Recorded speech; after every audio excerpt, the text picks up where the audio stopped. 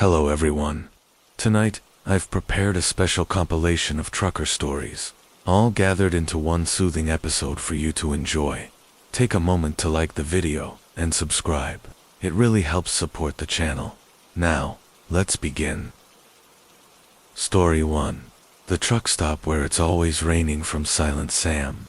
I've been hauling freight for nearly 30 years now, and in that time I've seen more truck stops than I care to count. They all start to blur together after a while. Those islands of fluorescent light and diesel fumes scattered across the infinite darkness of America's highways. But there's one place I'll never forget, one stop that haunts me still, and I've spent the better part of a decade trying to convince myself it was just exhaustion, just road fatigue, playing tricks on my mind. The thing is, I know what I saw, and I know what I felt, and no amount of rational explanation can wash away the memory of that place where it always rained. It was late October, I remember, because I'd just finished a long haul from Seattle down to Phoenix and was making my way back north through Nevada. The route took me through some of the loneliest stretches of highway in the country, those endless ribbons of asphalt that cut through desert and scrubland where civilization seems like a distant memory. I'd been driving for about 6 hours straight, pushing the limits of my logbook a little, because I wanted to make it to Reno before I called it a night. The sun had set hours ago, and the only light came from my headlights cutting through the darkness, and the occasional distant glow of some small town I'd never visit. That's when I saw the sign. Just a simple wooden thing on the side of the road that said truck stop, 2 miles. It wasn't on any of my maps, and I'd driven this route dozens of times before without ever noticing it. But I was tired, and my bladder was screaming, and I figured a quick stop wouldn't hurt. The road that led to the truck stop was narrow and winding, cutting away from the highway through a landscape that seemed to grow darker and more oppressive with every passing mile. I remember thinking it was strange that I couldn't see any lights ahead, no neon signs advertising diesel or coffee or hot meals. Just that impenetrable darkness pressing in from all sides. Then I rounded a bend and there it was, materializing out of the night like something from a fever dream. The truck stop was old, that much was immediately clear, with weathered wooden buildings and ancient gas pumps that looked like they belonged in a museum. But what struck me most, what made my hands tighten on the steering wheel and my foot hover over the brake, was the rain. It was pouring down in thick, heavy sheets, so dense I could barely see the buildings through it, and yet, when I looked up through my windshield, the sky was clear and full of stars. The rain was falling only on the truck stop itself, contained within some invisible boundary that made no sense at all. I should have turned around right then, should have trusted that primal instinct that was screaming at me to get back on the highway and never look back. But I was tired and curious and maybe a little bit stupid, the way we all get sometimes when we've been on the road too long. So I pulled into the parking lot, my tires splashing through puddles that shouldn't have existed, and brought my rig to a stop near what looked like the main building. The moment I opened my door, the rain hit me like a physical thing, cold and heavy and somehow wrong, as if each drop carried a weight that ordinary rain shouldn't have. I ran for the building, my boots splashing through water that seemed deeper than it should be, and burst through the front door into a space that felt frozen in time. The interior was done up in a style that might have been popular in the 1950s. All chrome and vinyl and faded linoleum, with a lunch counter running along one wall, and a few scattered tables and booths. The lighting was dim, coming from yellowed fixtures that cast everything in a sickly amber glow. And the air smelled of old coffee and mildew and something else I couldn't quite identify, something organic and unpleasant that made my stomach turn. There was only one other person in the place, an old man sitting behind the counter, who looked up at me with eyes that seemed too dark and too deep, like pools of oil reflecting nothing. He didn't smile or greet me, just watched as I dripped rainwater onto his floor and tried to catch my breath. I asked him about the rain, tried to make a joke about the weird weather, but he just stared at me for a long moment before finally speaking in a voice that sounded like gravel sliding down a metal chute. He told me it always rained here, had been raining for as long as he could remember, and when I asked him how that was possible, he just smiled in a way that showed too many teeth. I used the restroom, which was just as old and decrepit as the rest of the place, with rust-stained fixtures and a mirror so tarnished I could barely see my reflection. When I came out, I noticed something I'd missed before. There were photographs on the walls, dozens of them, black and white images of trucks and truckers from decades past. I moved closer to examine them, and that's when I felt the first real spike of fear, because I recognized some of those trucks, not just the models or the company logos, but the specific vehicles themselves. Trucks I'd seen on the highway over the years, trucks that had been involved in accidents or had simply vanished without explanation.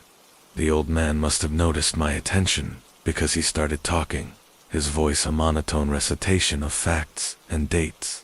He told me about each photograph, about the drivers who'd stopped here over the years, and as he spoke, I realized he was describing accidents, crashes and breakdowns and disappearances that had happened along this stretch of highway going back decades. He spoke about them with a kind of fond nostalgia, as if he were recalling old friends rather than tragedies, and something in his tone made me understand that this wasn't just a truck stop. It was something else entirely, something that fed on the misery and death that haunted these lonely roads. I backed toward the door, making some excuse about needing to get back on the road, but the old man just kept talking, his voice following me, even as I pushed out into the rain. He told me I'd be back, that everyone always came back eventually, that the rain would call to me on nights when I was tired and lonely and desperate for shelter. I ran for my truck, the rain hammering down on me with that same impossible weight, and fumbled with my keys as I tried to get the door open. Behind me, I could hear the old man's laughter, a sound like metal scraping against concrete that seemed to echo from every direction at once. I finally got the truck started and threw it into gear, my tires spinning on the wet pavement, before finally finding purchase. I drove back to the highway faster than I should have, not caring about the narrow road or the darkness, just needing to put distance between myself and that impossible place. When I finally reached the main road and looked back in my mirrors, the truck stop was gone, swallowed by the darkness as if it had never existed at all. The sky above was clear and dry, not a drop of rain in sight, and for a moment I wondered if I'd imagined the whole thing. But I know what I experienced, and I know what I saw in those photographs. Since that night, I've talked to other drivers, asked them about strange truck stops and impossible rain, and I've heard stories that match my own, tales of that same place appearing to other travelers on lonely stretches of highway. Some of them went inside like I did and managed to leave. Others weren't so lucky, and their trucks are now just another set of photographs on those yellowed walls. Another story for the old man to tell to the next desperate fool who pulls off the highway seeking shelter. I still drive that route sometimes, because it's my job and I've got bills to pay.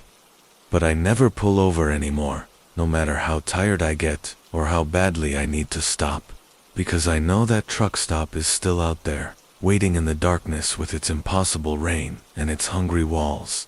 And sometimes, on nights when the moon is hidden behind clouds and the road stretches out endlessly before me, I swear I can see that wooden sign in the distance, beckoning me back to a place where it's always raining and nothing ever really leaves.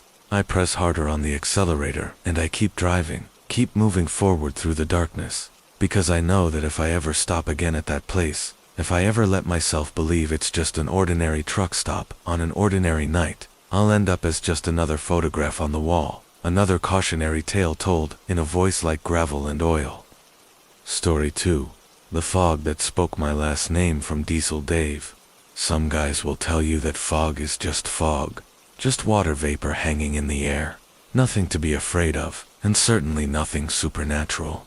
Those are the guys who drive during the day, who stick to the major highways and sleep in well-lit truck stops surrounded by other people. Those are the guys who've never driven through central Kansas on a Tuesday night in March, when the temperature drops just right and the moisture rises from the winter-thawed fields to create a fog so thick you can barely see your own hood, let alone the road ahead.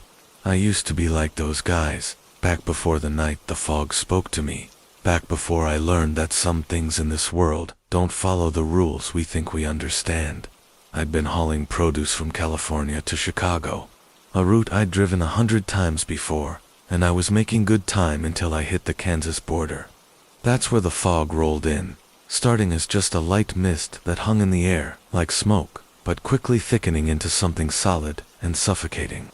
I slowed down, of course, because I'm not suicidal, and I like my rig in one piece.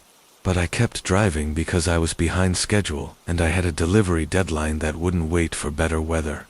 The highway was empty, which wasn't unusual for that time of night, and my headlights barely penetrated the wall of white that surrounded me on all sides. The first time I heard it, I thought it was just the CB radio, some other driver trying to reach me through the static. It was faint, barely audible over the rumble of my engine, just a whisper that might have been my imagination. But then it came again, clearer this time, and I realized it wasn't coming from the radio at all, but from outside, from the fog itself. It was saying my name, my last name, the one I'd inherited from my grandfather, and that I'd carried with pride for 43 years. Davidson, it whispered, drawing out the syllables like a lover's caress. Davidson, Davidson, Davidson. I told myself it was just the wind, just the way the air moved around my truck, creating sounds that my tired brain was interpreting as speech. I turned up the radio, some late-night country station playing songs about heartbreak and loneliness, and tried to focus on the road. But the voice kept coming, growing louder and more insistent with each passing mile. It wasn't just saying my name anymore, but seemed to be calling to me, beckoning me toward something I couldn't see. And there was a quality to it that made my skin crawl, something ancient and hungry that no human voice should possess. The fog grew thicker still, so dense now that I couldn't see more than a few feet in any direction. I slowed to a crawl, my knuckles white on the steering wheel, and that's when I started seeing shapes moving in the mist. They were just shadows at first, vague humanoid forms that flickered at the edge of my vision and vanished when I tried to look directly at them. But they grew more solid as the voice grew louder, and soon I could make out details. Faces that seemed familiar, even though I couldn't quite place them. Hands reaching out toward my truck, as if trying to stop me, or pull me into the fog with them. I recognized one of the faces, and that's when the real terror set in. It was my uncle, my mother's brother, who'd been a trucker himself back in the 70s, and had died in an accident on this very stretch of highway when I was just a kid. I remembered going to his funeral, remembered my mother crying as they lowered the casket into the ground, and I knew with absolute certainty that what I was seeing couldn't be real, couldn't be anything but a hallucination brought on by exhaustion and stress. But his face was so clear, so detailed, and his mouth was moving in sync with the voice that continued to call my name, and I couldn't shake the feeling that whatever was out there in the fog, it knew things about me that it shouldn't. That it had somehow reached into my past and pulled out memories I'd tried to forget. The voice changed then, becoming multiple voices layered on top of each other, a chorus of whispers that seemed to come from every direction at once. They were all saying my name, but now they were saying other things too, things about my life and my choices and my fears. They knew about the time I'd fallen asleep at the wheel and nearly killed a family in a minivan. Knew about the drinking problem I'd hidden from my wife for 2 years. Knew about every mistake and regret I'd ever tried to bury. The fog was reading me somehow, peeling back the layers of my psyche like pages in a book, and exposing everything I'd worked so hard to keep hidden. I wanted to stop, to pull over and wait for the fog to clear, but something told me that would be a mistake, that if I stopped moving, I'd never start again. So I kept driving, inching forward through that suffocating whiteness, while the voices continued their relentless assault on my sanity. The shapes in the fog grew more aggressive, pressing against my windows, and leaving handprints on the glass that glowed faintly in the darkness. I could hear them scratching at the metal of my trailer, hear them whispering my name with increasing urgency, and I knew that they wanted me to join them, to become another lost soul, wandering through the fog for eternity. Time lost all meaning in that white void. I might have been driving for minutes or hours. I couldn't tell anymore. My gas gauge was dropping, but I didn't dare stop to refuel. The voices had merged into a single roar now, a cacophony of sound that filled my head and made it impossible to think clearly. And then, just when I thought I couldn't take any more, when I was seriously considering just giving up and letting the fog take me, I saw a light ahead. It was faint at first, just a glow in the distance, but it grew brighter as I approached, until finally I burst through the wall of fog into clear air and starlight. I didn't stop driving for another 2 hours. Didn't slow down until I'd put hundreds of miles between myself and that cursed stretch of highway. When I finally pulled into a rest stop and climbed out of my cab, I was shaking so badly I could barely stand. I checked my trailer, expecting to see damage from whatever had been clawing at it, but the metal was pristine, unmarked, as if nothing had touched it at all. The only evidence that anything had happened was the handprints on my windows, dozens of them, glowing faintly in the darkness like phosphorescent paint. I've never driven through Kansas at night again, not if I can help it. I'll take longer routes, lose time and money, anything to avoid that stretch of highway where the fog rolls in and speaks your name, because I know now that some fogs aren't natural, that some mists hide things that should stay hidden, and that the voices in the darkness know more about us than we'd ever want them to. Other drivers have told me similar stories, tales of fog that speaks and shapes that follow, and I believe every word. We're all just passing through out here, navigating highways that cut through places humans were never meant to be, and sometimes those places push back, remind us that we're not as in control as we'd like to think. The handprints eventually faded from my windows, but I still see them sometimes when the light hits just right, ghostly impressions that remind me of that night. And on quiet evenings when I'm alone in my truck and the world outside is dark and still, I sometimes hear it again, that whisper on the edge of hearing that sounds like my name. I turn up the radio and I keep driving, always forward, never stopping, because I know that if I listen too closely, if I let myself believe that the fog is just fog and the voices are just wind, I might find myself back in that white void, surrounded by shapes that know my secrets and call my name with voices that echo from beyond the grave. Story 3. The Woman Who Waits at the Same Exit Every Night, from Rusty Joe. People think truck driving is a lonely job, and they're not wrong. But what they don't understand is that loneliness takes on a different quality when you're out on the highway at 3 in the morning with nothing but darkness and yellow lines for company. You start to notice things, patterns, and repetitions that most folks would never see, and sometimes those patterns become so familiar they're almost comforting, even when they shouldn't be. That's how I felt about the woman at exit 47, at least at first, back before I understood what she really was and what she wanted from drivers like me, who passed by her lonely vigil night after night. I first saw her about 6 months ago, during one of my regular runs from Memphis to Detroit. It's a route I've driven so many times, I could probably do it with my eyes closed, and I know every exit and rest stop along the way. Exit 47 is in southern Indiana, one of those rural interchanges that doesn't lead to anything much. Just a couple of gas stations and maybe a motel that's seen better days. I wasn't planning to stop, never did at that exit, but something caught my eye as I passed the off-ramp, a figure standing under the streetlight that illuminated the stop sign at the top of the exit. It was a woman, that much I could tell, even at highway speed, dressed in what looked like a long coat or dress that hung around her like shadows. She was just standing there, perfectly still, and even though it was past midnight on a Tuesday and she had no business being out there alone, she didn't look distressed or in need of help. She just stood and watched the traffic pass, and as I drove by I caught a glimpse of her face in my headlights, pale and beautiful in a way that made my breath catch despite myself. I thought about stopping, about pulling off at the next exit and going back to check on her, but something held me back, some instinct that told me this wasn't a situation I wanted to involve myself in. The next week I was on the same route, same time of night, and there she was again.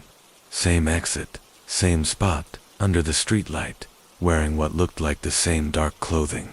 This time I paid more attention, slowed down a little as I passed, and I could see her more clearly.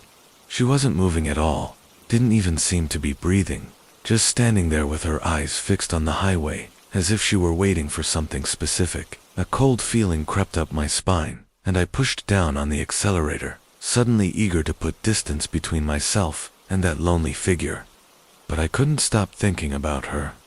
During my drives, during my rare moments of downtime, even when I was home with my wife, trying to enjoy a few days off, that image of the woman at exit 47 haunted me. I started asking other drivers about her, casually bringing it up on the CB, or in conversation at truck stops, and I was surprised by how many of them knew exactly what I was talking about. They'd all seen her, they said, always at the same exit, and always in the same spot, standing and watching and waiting for God knows what. Nobody knew who she was or why she was there, but we all agreed there was something wrong about her, something that made our instincts scream, even as we couldn't quite articulate what it was. I made that run every week, and every week she was there, as reliable as the mile markers and the road signs. I started timing my arrival at exit 47, started paying close attention to what she was doing, and that's when I noticed the pattern.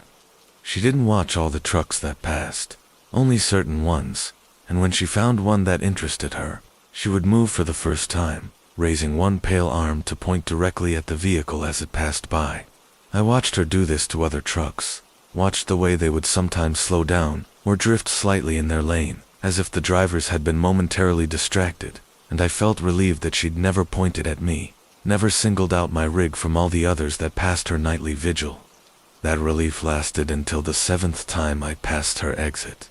I was running behind schedule that night, pushing a little harder than I should have, and I barely glanced at the exit as I approached it. But I felt it the moment her attention fixed on me, felt the weight of her gaze like a physical thing pressing against the side of my truck. I looked in my mirror, and there she was, her arm raised and pointing directly at me, and her face had changed somehow, become more intense and hungry, and I swear I could see her lips moving as if she were speaking or chanting something I couldn't hear. My engine stuttered then, missing a beat for the first time since I'd bought the truck, and my lights flickered like they'd been hit by a power surge. I gripped the steering wheel tighter, fighting a sudden urge to pull off at the exit, to go to her and find out what she wanted, and for a moment I actually started to slow down, my foot easing off the accelerator without any conscious decision from me. But then I heard it, a voice inside my head that wasn't my own, whispering about rest and peace and the end of all these lonely miles, and that's when I understood with absolute clarity that stopping would be the last thing I'd ever do. I floored the accelerator, my rig lurching forward with a burst of speed that pressed me back into my seat, and I kept my eyes fixed firmly ahead, refusing to look in my mirrors or acknowledge the presence I could feel behind me. The engine continued to sputter, and the lights continued to flicker. But I didn't slow down, didn't stop, just kept driving through the night, like the devil himself was chasing me. It wasn't until I'd put 100 miles between myself and exit 47 that the feeling finally faded, that my truck returned to normal operation, and I could breathe again without feeling like there was a weight pressing down on my chest. I did some research after that, digging through old newspapers and online archives, trying to find out if there was any history to that exit that might explain what I'd experienced. What I found chilled me to the bone.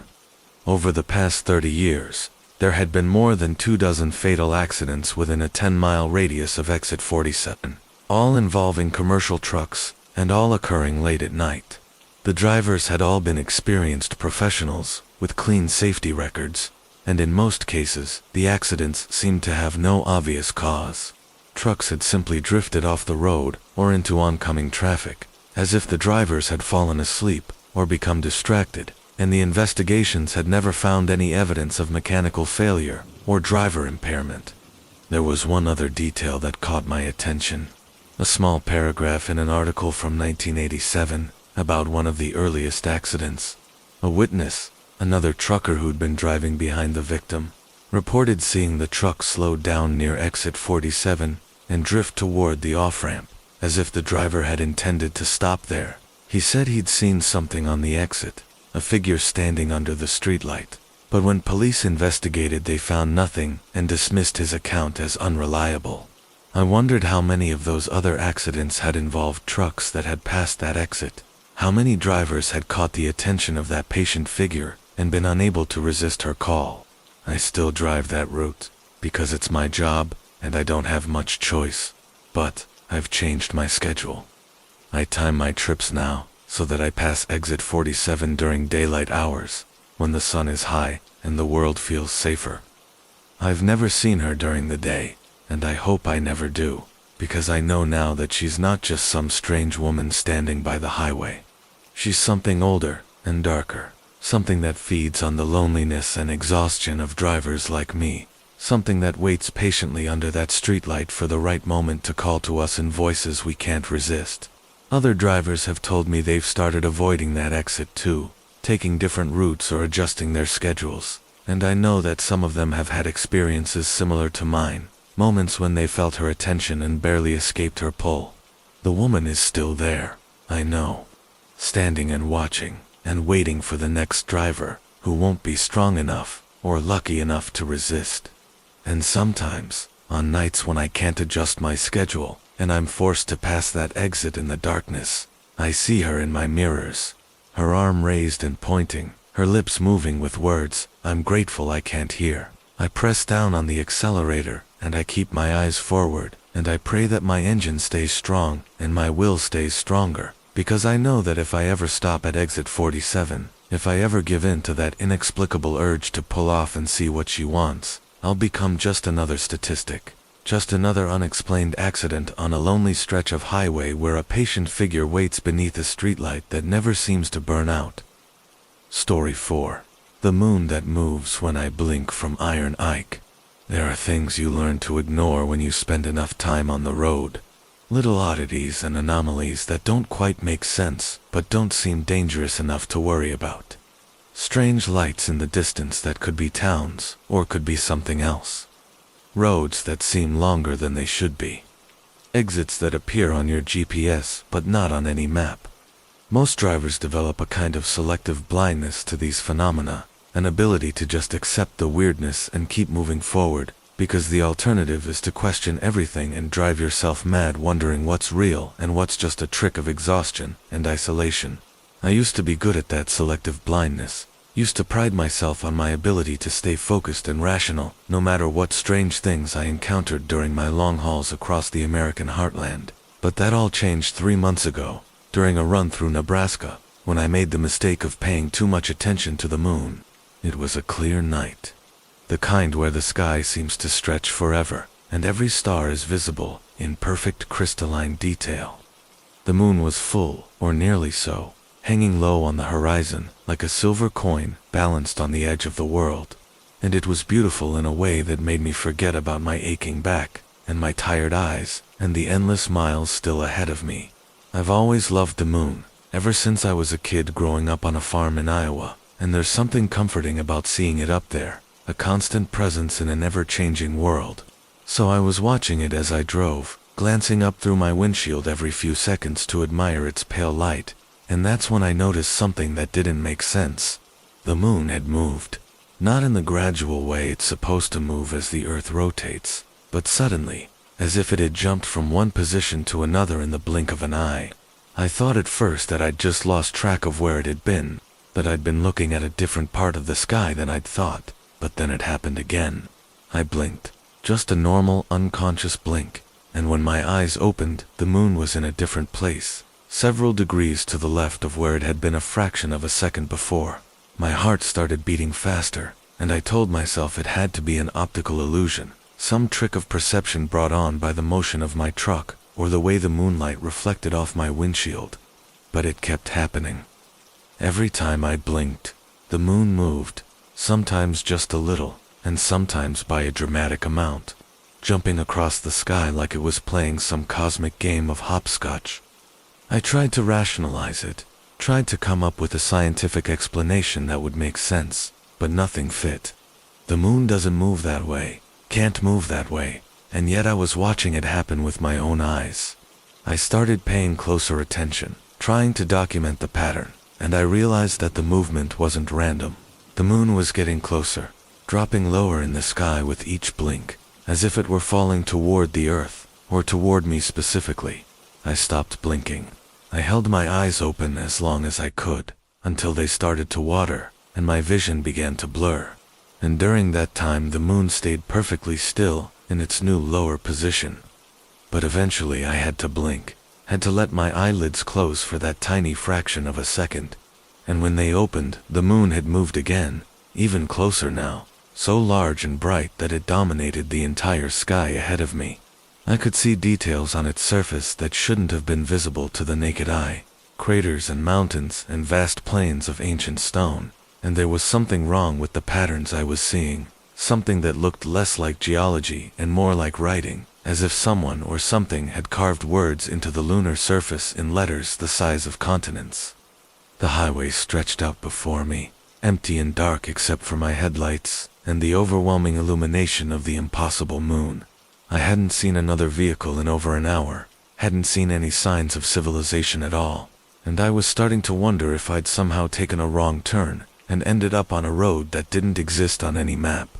The landscape around me seemed wrong too. The flat Nebraska prairie that should have been dotted with farmhouses and silos replaced by empty wasteland that stretched to every horizon. I checked my GPS, but it wasn't working, the screen frozen on a view of my last known position back near the Colorado border, even though I knew I'd driven for hours since then. I tried the CB radio, desperate to hear another human voice, to confirm that I wasn't completely alone out here with the falling moon and the empty prairie. But there was nothing.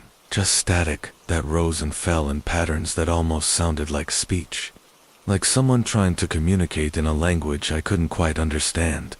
I switched between channels, tried every frequency I knew, but the result was always the same, that meaningless static that seemed to be saying something just beyond my comprehension. And still the moon kept falling, kept growing larger with every blink, until it filled my entire field of vision, and I could no longer see the road ahead. Could only navigate by the faint glow of my headlights reflecting off the asphalt beneath me. That's when I saw them, shapes moving across the surface of the moon, silhouettes that looked almost human but wrong in ways I couldn't quite articulate. They were huge, these figures, or perhaps they were normal-sized and just looked enormous because of how close the moon had come. But either way, they were moving with purpose, gathering at what I'd started to think of as the bottom of the moon. The part that was closest to my truck. They seemed to be reaching toward me, extending limbs or appendages, or something down through the sky, and I realized with a horror that froze my blood that they were trying to touch the earth, trying to bridge the gap between the moon and the ground, and establish some kind of connection that should never exist. I listened as I drove, my attention split between the winding mountain road ahead and the song that poured from my speakers. And I started to notice things about the music that didn't make sense. There was no static, no interference, even though I was deep in the mountains, where radio signals usually struggled to penetrate. The song never seemed to end or repeat, just continued in one long seamless flow that could have been 5 minutes or 5 hours. I lost all track of time as I listened, and strangest of all, the melody seemed to be affecting me in ways that normal music never had, making me feel drowsy and relaxed, and strangely at peace, as if all the worries and stress of my life were being gently lifted away by that unknown voice singing in that unknown language. My eyes started to feel heavy, and I realized with a distant sort of alarm that I was having trouble keeping them open, that my truck was starting to drift toward the shoulder of the road as my attention wandered. I shook my head, trying to clear the fog that seemed to be settling over my thoughts. And I reached for the radio to turn it off, or change the station, but my hand moved slowly, as if I were underwater, and I couldn't quite make my fingers obey my commands. The voice continued singing, the melody growing louder and more insistent, and I had the strangest sensation that it was singing directly to me, that it knew I was listening and was trying to tell me something important, something I needed to hear and understand before it was too late. That's when I saw them.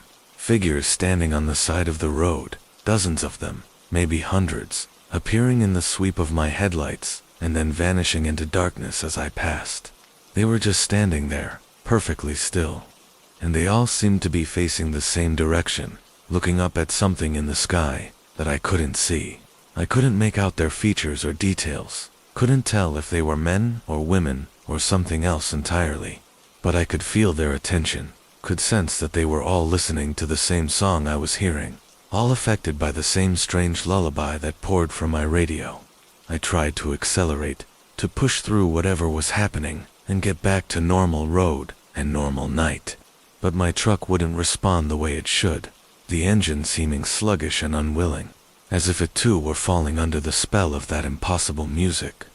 The figures continued to appear on both sides of the road, more and more of them with each passing mile, and I realized they weren't just standing randomly, but were arranged in rows and columns, like an audience waiting for a performance to begin, or like soldiers standing at attention. And they were all so still, so perfectly motionless, that I couldn't tell if they were alive or dead, or something in between. The song changed then, the melody shifting into something darker and more urgent, and the woman's voice was joined by others, a chorus of voices singing in harmony that was almost, but not quite perfect, as if each voice was slightly out of sync with the others in a way that created an unsettling dissonance. I realized I was crying, tears streaming down my face for no reason I could understand. And my body was shaking, even though I didn't feel cold or afraid, at least not in any way I could articulate. The figures on the roadside had started to move, not walking but swaying in unison, their bodies moving in time with the music, and I understood then what I was seeing, what the song was calling forth from whatever place the dead go when they leave our world. This was a lullaby for the dead, a song meant to soothe and comfort those who had passed beyond, and I was hearing it because I had somehow crossed into a space where the living and the dead overlapped, where the boundaries between worlds grew thin enough that music could pass through and call to those on both sides. The figures weren't threatening, I realized. They weren't trying to harm me or drag me into their realm. They were simply there, drawn by the song just as I had been drawn, and they were swaying and listening and remembering what it felt like to be soothed and comforted, even in death. I don't know how long I drove through that impossible landscape, surrounded by the dead and serenaded by voices that shouldn't exist. It might have been minutes, or hours, or days. Time had lost all meaning in that place where the lullaby played. But eventually the song began to fade, the voices growing softer and more distant, and the figures on the roadside started to disappear, first one by one, and then in groups, until finally I was alone again on a normal mountain road, under a normal night sky. My radio had gone back to static, the station lost, or maybe never truly there, and I was left with only the memory of that melody, and those voices and those swaying figures who had stood in the darkness and listened to their lullaby. I pulled over at the first rest stop I found, my hands still shaking and my face still wet with tears I couldn't explain, and I sat in my truck for a long time trying to process what had happened. I've thought about it constantly since that night, wondered what I'd stumbled upon and what it meant that I'd been able to hear a song meant for the dead. I've tried to find the station again, scanned through every frequency on my radio during drives through those same mountains, but I've never heard it again, never caught even a hint of that melody, or that woman's voice singing in that strange and beautiful language. Other drivers have looked at me strangely when I've tried to explain what happened, when I've asked if they've ever heard a station that played music unlike anything on earth. Most of them just shake their heads and change the subject, but a few, the ones who've been on the road long enough to have seen things they can't explain, those drivers just nod slowly and tell me to be careful, to maybe avoid those mountain roads late at night when the world gets strange and the radio sometimes picks up broadcasts from somewhere beyond. I appreciate their concern, but I still drive those roads, still scan my radio hoping to hear that song again, because even though it frightened me and showed me things I'm not sure I was meant to see, there was something in that lullaby that touched a part of my soul I didn't know existed, something that made me feel connected to the great mystery of what comes after this life, and I find myself longing to hear it again, to understand what those voices were trying to tell me and why I was chosen to hear their song for the dead. Story 7. The Rest Stop with a Mirror instead of a Door from Diesel Dan. Rest stops are supposed to be sanctuaries, Safe havens where drivers can pull off the highway and take a break from the endless miles and the constant vigilance required to keep a rig on the road. I've used hundreds of them over my 20-year career, from the fancy new ones with clean bathrooms and vending machines to the sketchy old ones that are little more than a parking lot and an outhouse, and I've always appreciated them for what they are: necessary infrastructure that makes long-distance trucking possible. But there's one rest stop I'll never use again. One place where the normal rules don't apply, and where entering through the wrong door can trap you in a reality that makes no sense. And I learned about it the hard way on a cold November night somewhere in eastern Montana. I was exhausted that night, pushing the legal limits of my driving hours, and probably exceeding them by a little bit. Hauling drilling equipment from Denver to Williston, and fighting to stay awake as the highway unreeled before me in an endless ribbon of darkness. When I saw the rest stop sign, that familiar blue symbol promising facilities and parking, I practically sobbed with relief, grateful for the chance to stop and stretch, and maybe splash some water on my face. The exit came up quickly, as they always do when you're tired, and I guided my rig off the highway and into the rest stop, noting with some surprise that the parking lot was completely empty. No other trucks or cars, no signs of any other human presence at all.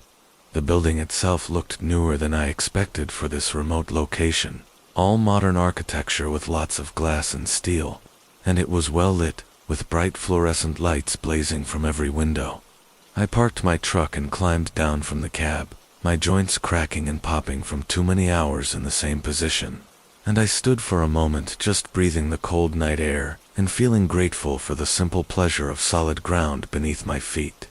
The entrance to the building was at the far end of the parking lot, and I started walking toward it, my boots crunching on gravel. And that's when I noticed something odd about the building's main entrance, something that my tired brain took several long seconds to process and understand. It wasn't a door, where the entrance should have been, where I expected to see glass doors, or a push-bar entry, or even just an open archway. There was instead a mirror, a massive floor-to-ceiling mirror that reflected the parking lot and the night sky, and my own confused face staring back at me. I stopped walking, stood there in the cold Montana night, looking at my reflection, and I tried to make sense of what I was seeing. Maybe it was an artistic choice, I thought. Maybe some architect had decided to make a statement by installing a mirror at the entrance, and the real door was somewhere else, somewhere I hadn't noticed yet. But when I walked around the building, checking every wall and every corner, I found that the mirror was the only entrance, the only way in or out of the building that I could see.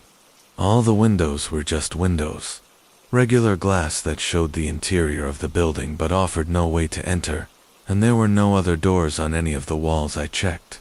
The mirror entrance glowed with a soft light that didn't seem to come from any particular source. And as I stood in front of it again, trying to decide what to do, I noticed something else strange about it.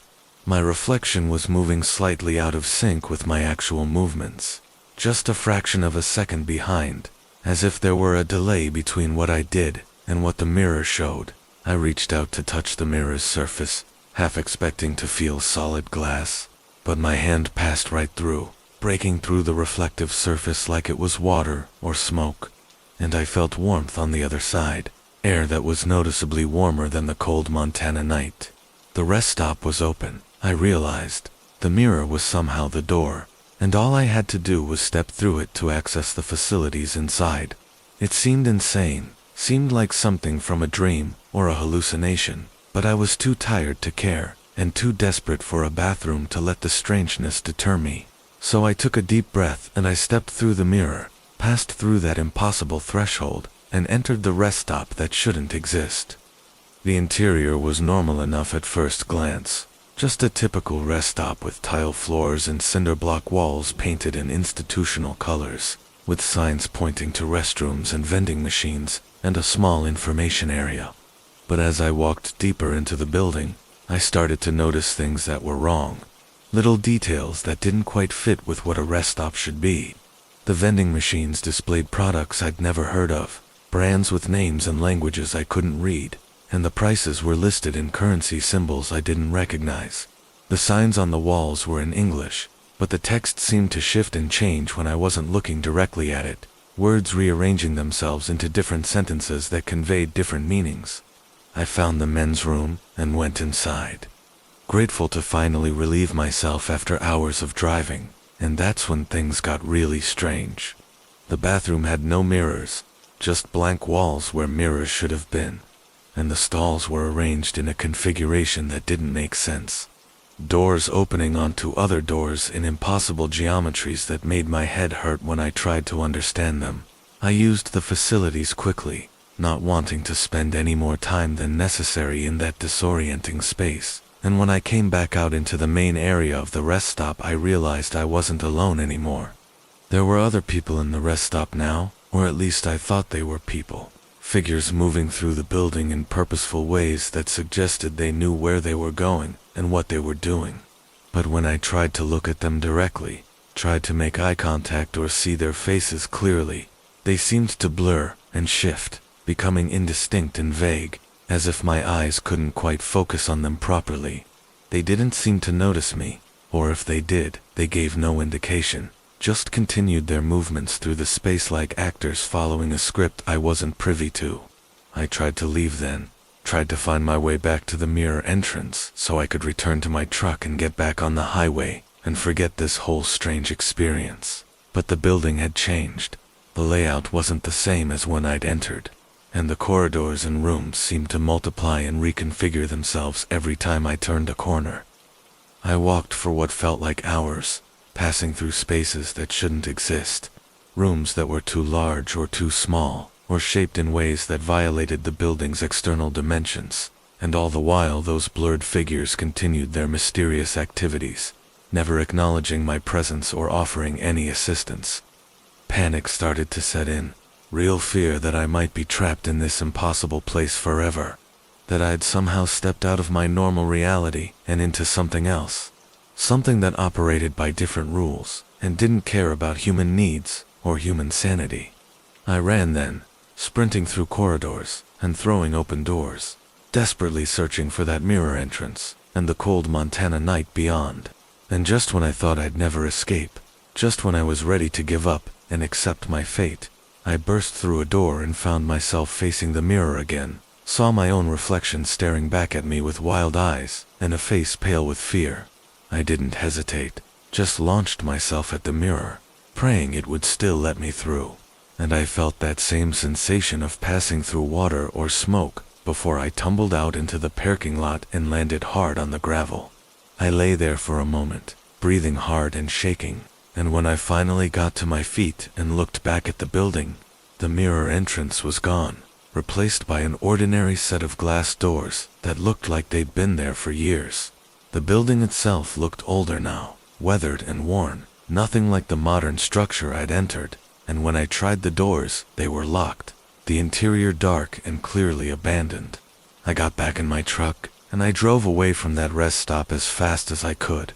Didn't slow down until I'd put 100 miles between myself and that place where reality bent and twisted in ways it shouldn't. I'd never reported what happened, never told anyone official about the mirror entrance, or the impossible interior, or the figures that blurred when you looked at them. Because who would believe me, and what could anyone do about it anyway?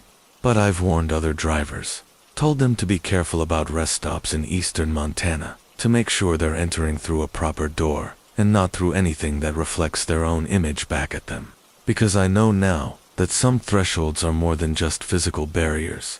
Some doors lead to places that exist outside the normal flow of space and time. And once you step through them you might find that getting back isn't as easy as you'd hoped, that the world you return to isn't quite the same as the one you left.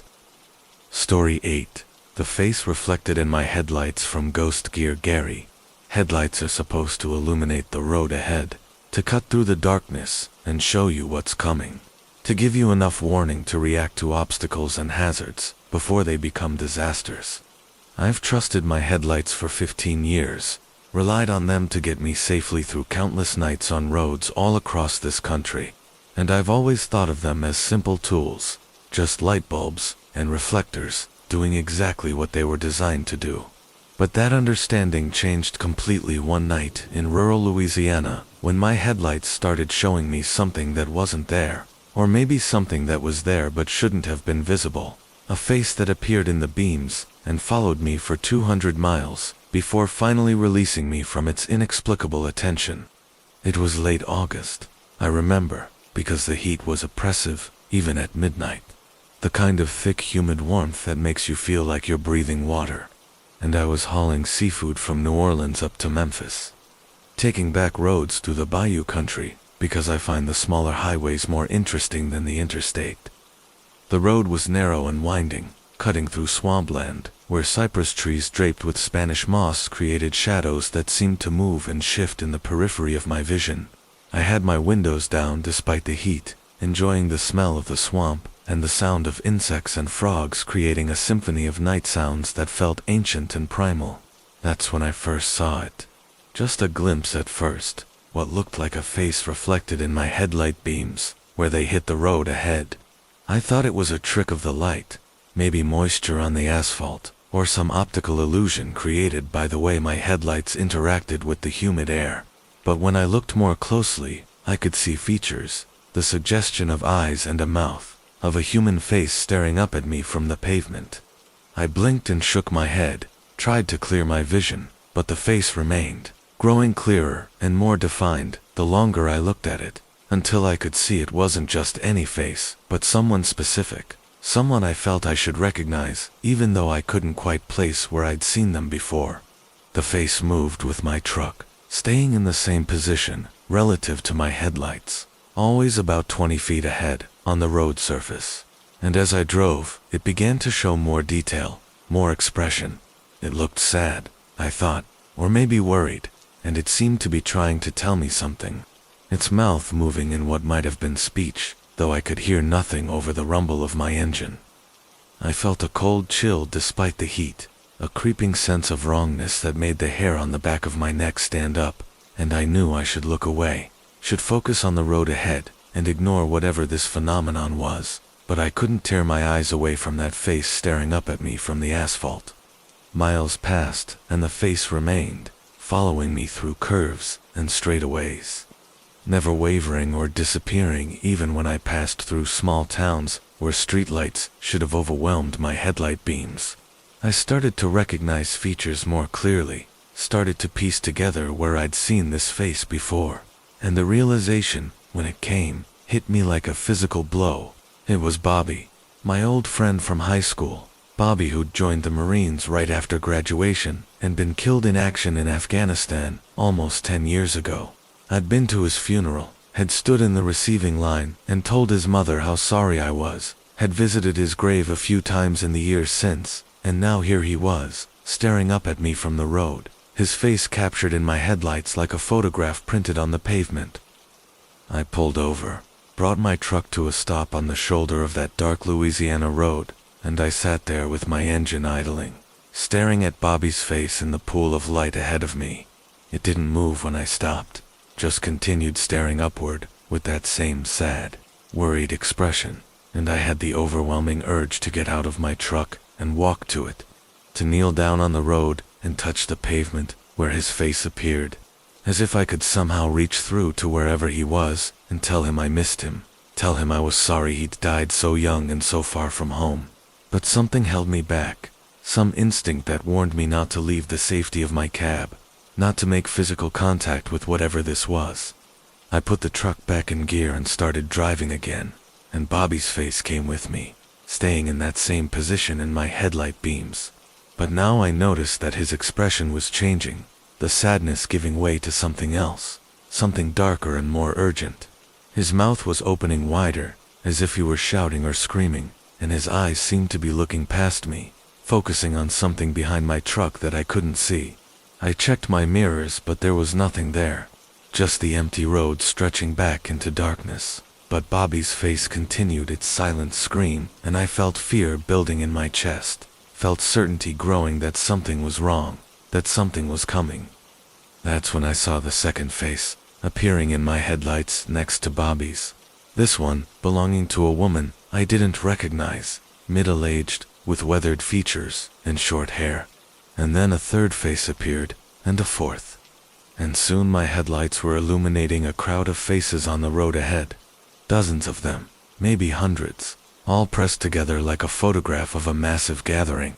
They all had that same expression Bobby had worn, sadness mixed with warning, and they all seemed to be trying to tell me something, trying to communicate some urgent message I couldn't understand. I was driving faster now, my truck barreling down that narrow road at speeds that were dangerous and probably stupid, but I couldn't help myself. Couldn't slow down when I felt like I was being chased or warned or called towards something I didn't understand. The faces continued to multiply in my headlights, a sea of humanity staring up at me from the pavement, and I started to notice that some of them bore marks of violence, injuries and wounds that suggested they'd died badly. Car accident victims with shattered faces, burned victims with melted features, people who'd been shot or stabbed or beaten, all of them preserved in my headlight beams like an archive of tragedy and loss. I drove for 2 hours straight, no longer paying attention to my route or destination, just following the road wherever it led, while the faces in my headlights continued their silent testimony.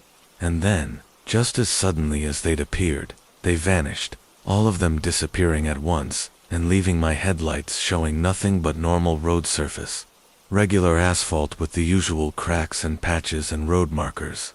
I slowed down, pulled over again, and sat there shaking and trying to process what I'd just experienced. I never saw Bobby's face again, never saw any of those other faces. And I've driven that same stretch of Louisiana highway dozens of times since that night without incident. But I've thought about it constantly, wondered what message those faces were trying to deliver, what warning they were attempting to give me.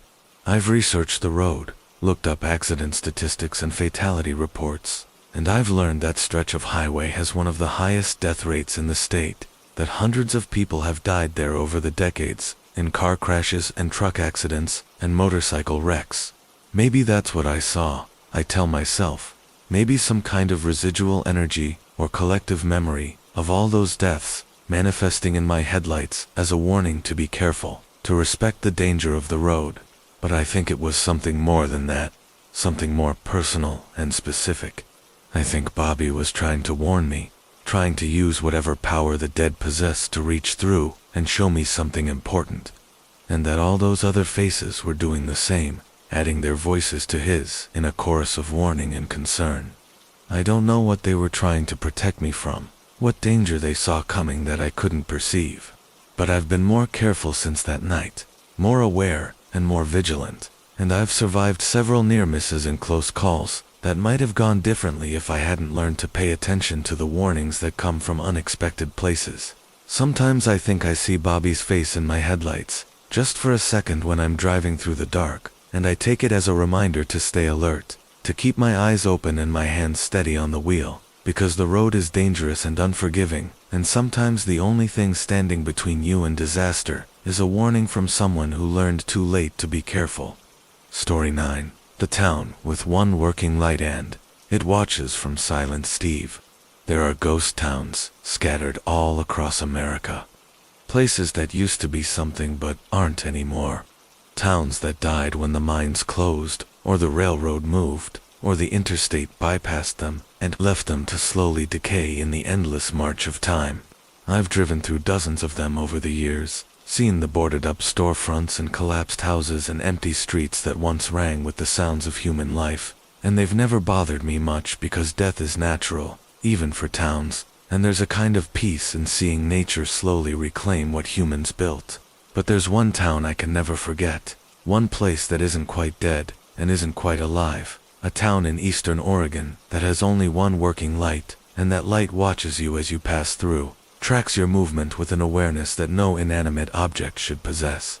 I first drove through the town 3 years ago, taking a shortcut through the high desert to save time on a run from Portland to Salt Lake City. The highway was old and poorly maintained, full of potholes and cracks that made my truck shimmy and bounce. But it cut maybe 50 miles off my route and I was behind schedule. So I accepted the rough ride and kept pushing forward through that vast empty landscape where sagebrush and juniper were the only signs of life. The town appeared suddenly, materializing out of the desert like a mirage, a collection of weathered buildings huddled together on both sides of the highway, as if seeking comfort from each other in their abandonment. Most of the buildings were dark, their windows broken or boarded over, their walls sagging under the weight of decades of neglect. A few had collapsed entirely, reduced to piles of timber and twisted metal that the desert was slowly burying under dust and sand. There were no cars, no signs of human habitation, no indication that anyone had lived here, or even passed through in years. It looked like every other ghost town I'd ever seen, and I would have driven straight through without giving it a second thought, if not for the light. The single streetlight that stood at the town's center, glowing with a steady amber radiance that seemed impossibly bright against the gathering darkness. The light was old, mounted on a wooden pole that looked like it should have fallen over years ago, and it illuminated a circle of pavement beneath it in a pool of golden warmth that seemed almost inviting after. Miles of driving through the darkening desert, but there was something wrong about it, something that made me slow down as I approached, made me study it more carefully than I normally would have studied a simple streetlight. It was the only source of electricity in the entire town, the only indication that any power still ran to this abandoned place, and I couldn't understand how it was still functioning when everything else had clearly been dead for decades.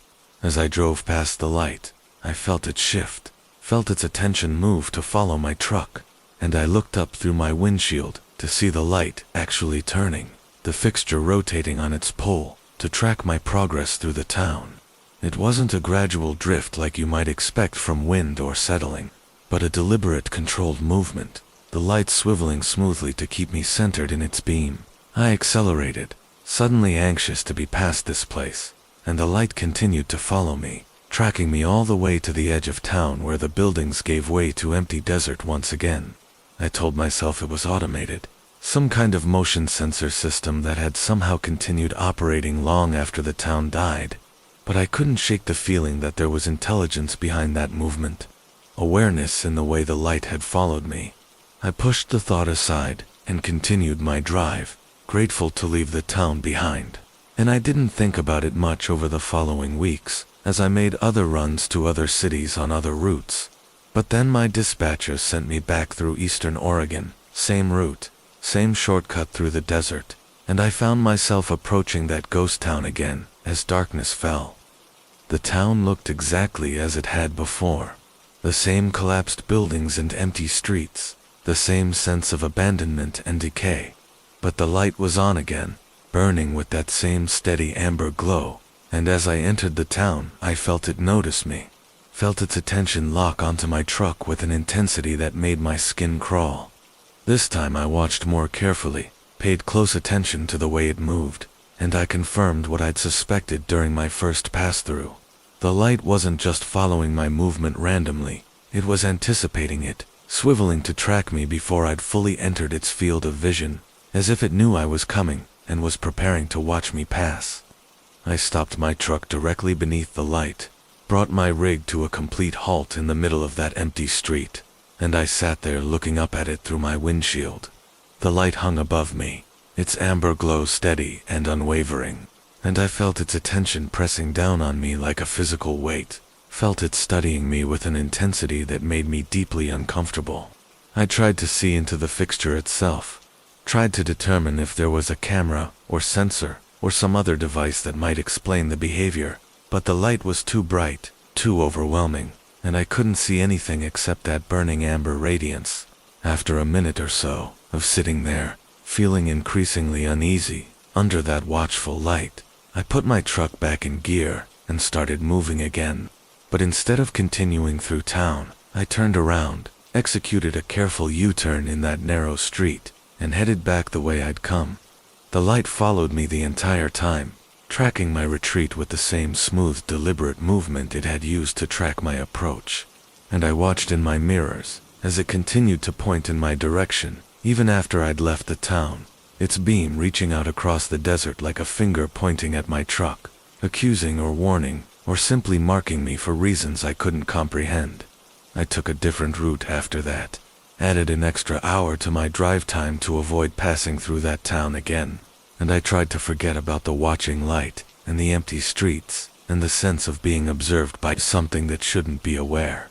But the experience haunted me, invaded my dreams, and my waking thoughts, and I found myself obsessing over it, trying to find logical explanations or historical context that might help me understand what I'd encountered.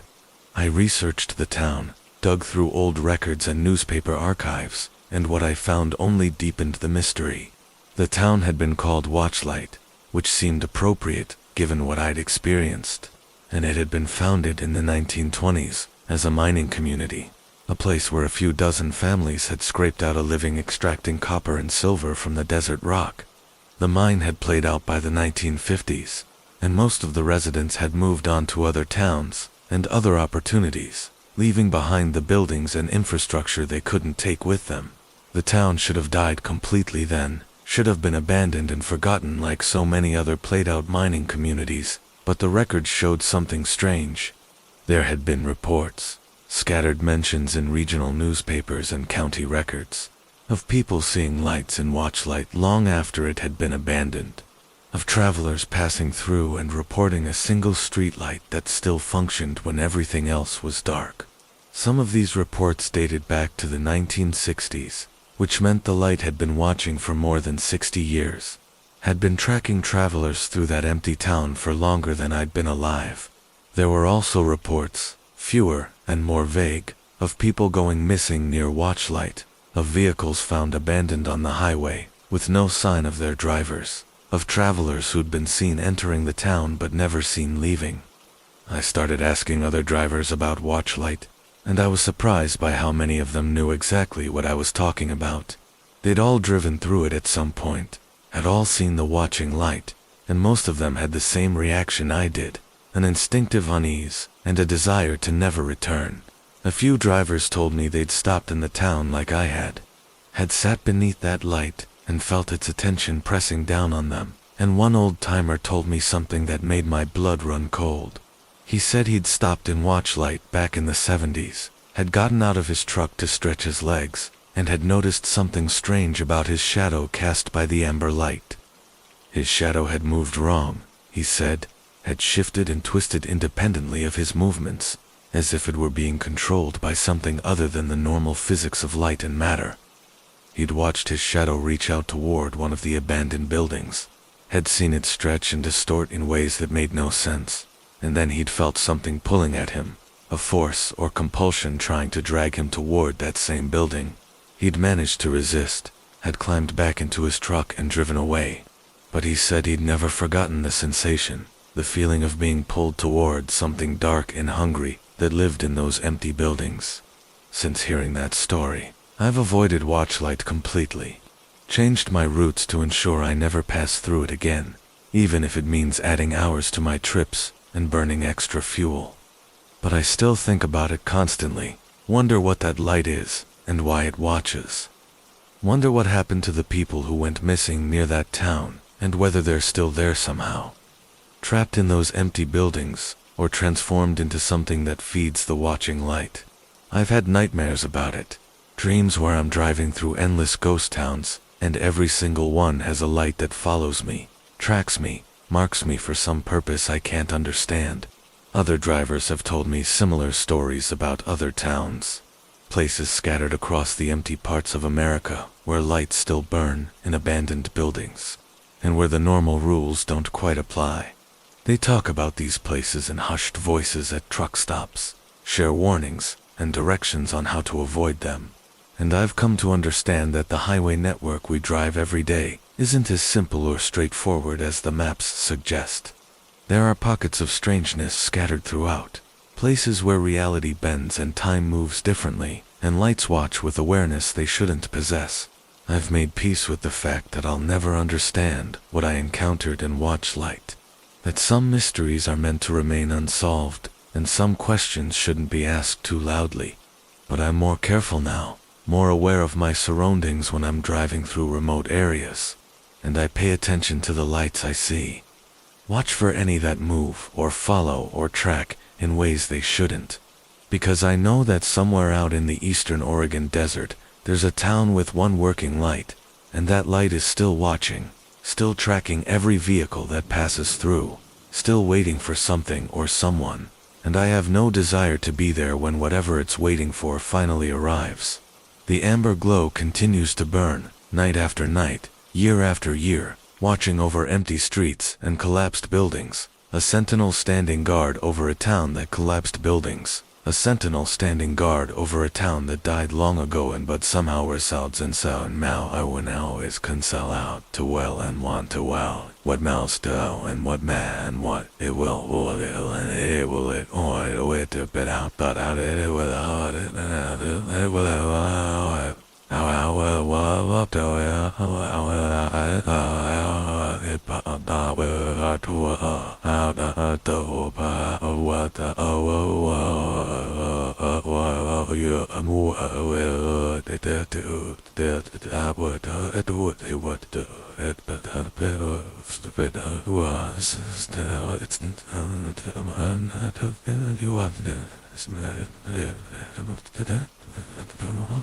Story 10.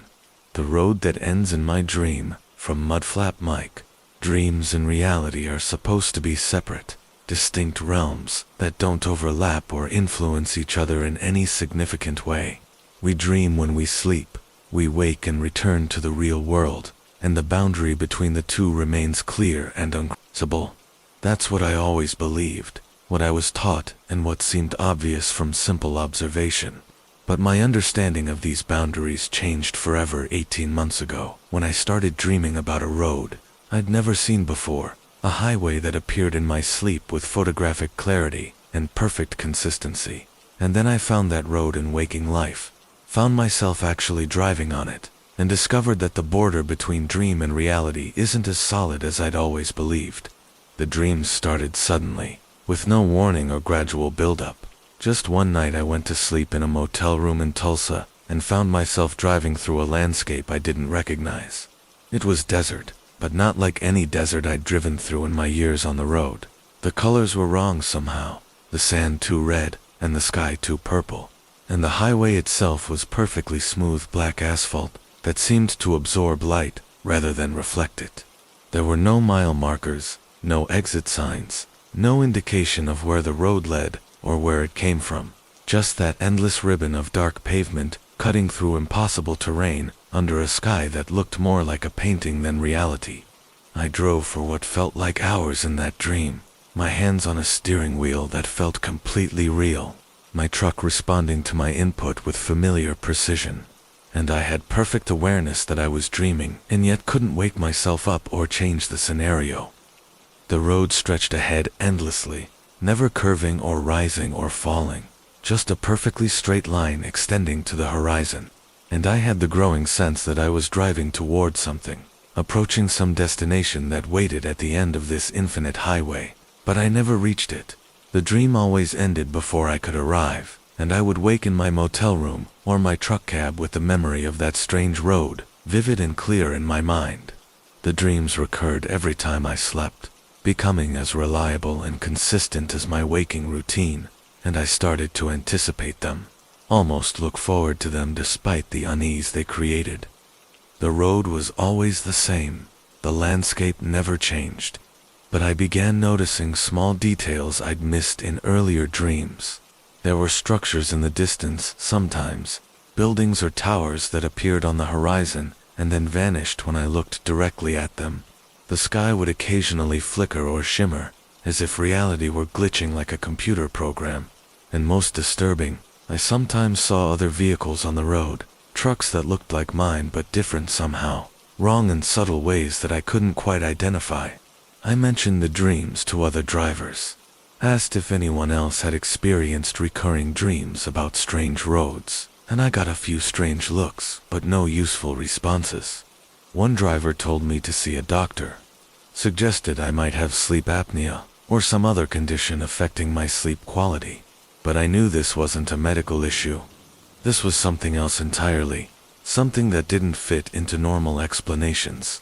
The dreams continued, night after night, and I started to feel like I was living two lives, my waking existence driving real highways and delivering real cargo, and my sleeping existence driving that impossible road through that alien landscape. Then, about 6 months after the dreams began, I was making a delivery to Las Vegas, taking a rural route through Nevada that I'd driven dozens of times before, and I came around a curve in the late afternoon light and saw it. The road from my dreams, identical in every detail, the same black asphalt that seemed to swallow light, the same red sand stretching to distant horizons, the same purple-tinged sky overhead. I slammed on my brakes, brought my truck to a screeching halt in the middle of the highway, and I sat there staring in disbelief at the impossible sight before me. It couldn't be real, I told myself. Couldn't be the same road I'd been dreaming about for months, but the evidence of my eyes was undeniable. Every detail matched, from the exact shade of the sand to the way the heat shimmer rose from the pavement.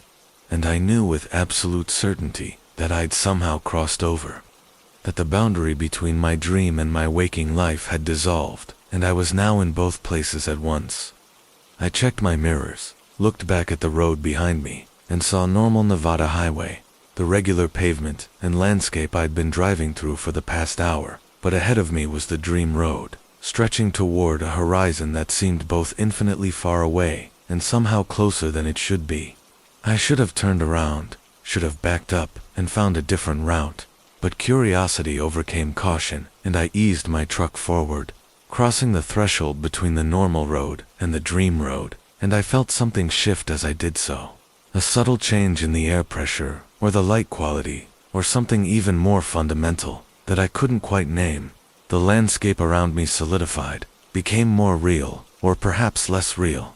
I couldn't tell which, and I found myself driving on the road I'd traveled 100 times in my sleep, except now I was awake, and the experience was both familiar and terrifying. I drove for 30 minutes, following the perfectly straight highway through that alien desert, and everything happened exactly as it did in my dreams. The structures appeared on the horizon and vanished when I looked directly at them. The sky flickered and shimmered overhead, and I saw other vehicles, those wrong trucks that looked almost, but not quite, like normal semi-trucks, and as I passed them, or they passed me, I caught glimpses of the drivers, figures that were humanoid but clearly not human, faces that were too angular, or too smooth, or possessed features that didn't match any species I knew. The panic hit me then, real terror as I understood that I'd made a terrible mistake, that I'd driven into something I shouldn't have, crossed a boundary I wasn't meant to cross, and I didn't know how to get back. I accelerated, pushing my truck faster, desperately searching for an exit, or a turnoff, or any way to leave this impossible road, but there was nothing. Just the endless straight highway extending in both directions, with no escape visible.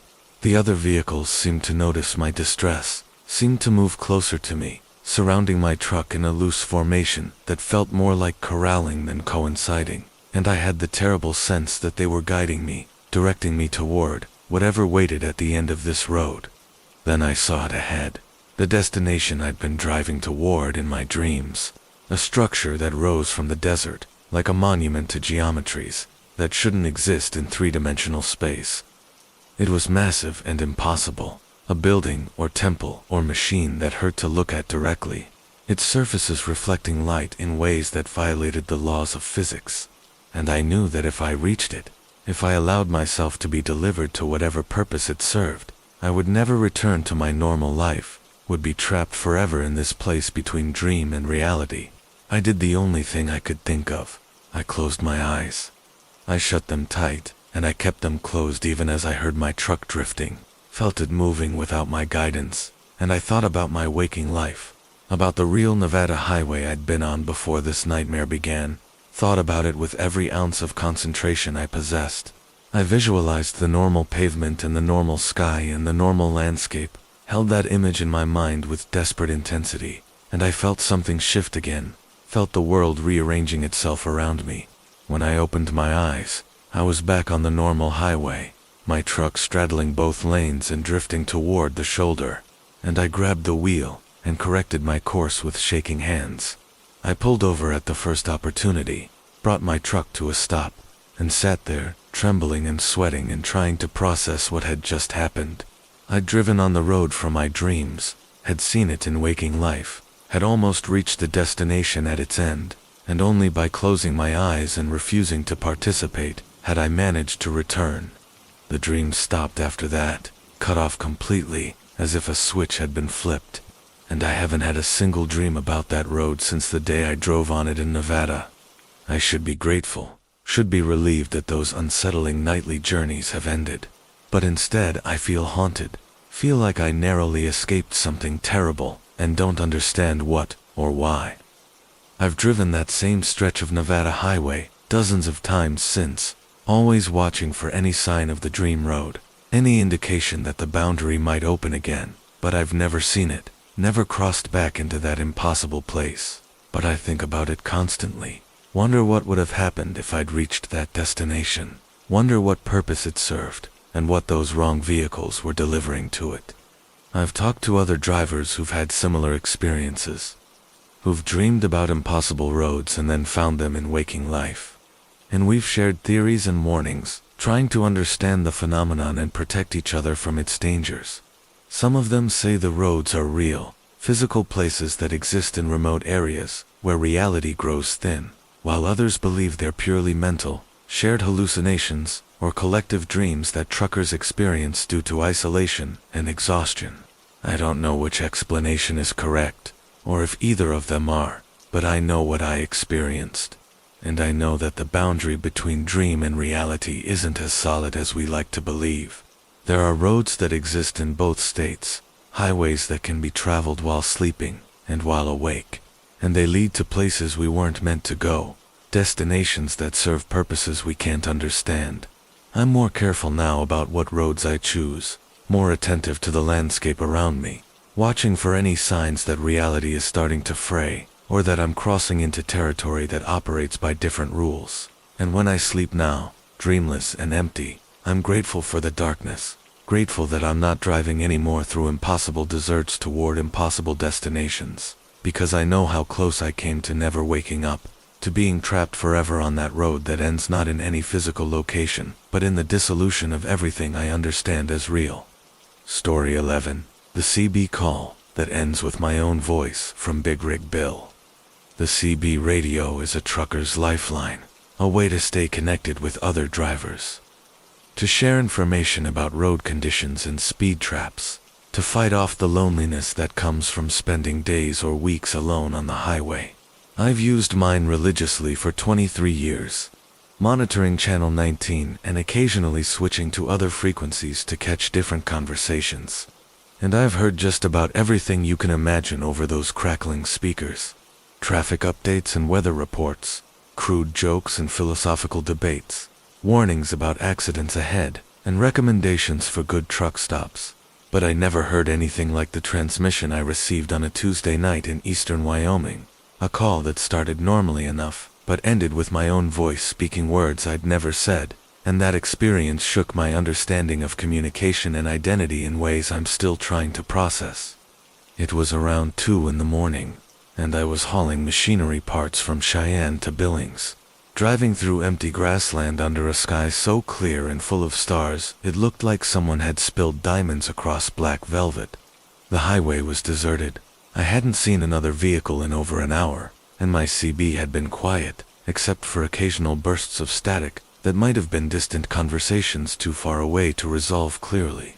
I was tired but not dangerously so, still well within my legal driving hours, and I was looking forward to reaching my destination and getting a few hours of sleep in a real bed instead of my sleeper berth. The call came through clearly, cutting through the static with perfect clarity. A voice I didn't recognize, asking if anyone was monitoring Channel 19. It was protocol, the standard way drivers announce their presence and initiate conversation. And I responded automatically, giving my handle and my location and asking what the caller needed. The voice came back, still clear and strong, asking if I'd seen any unusual activity on the highway, any vehicles or lights that seemed out of place.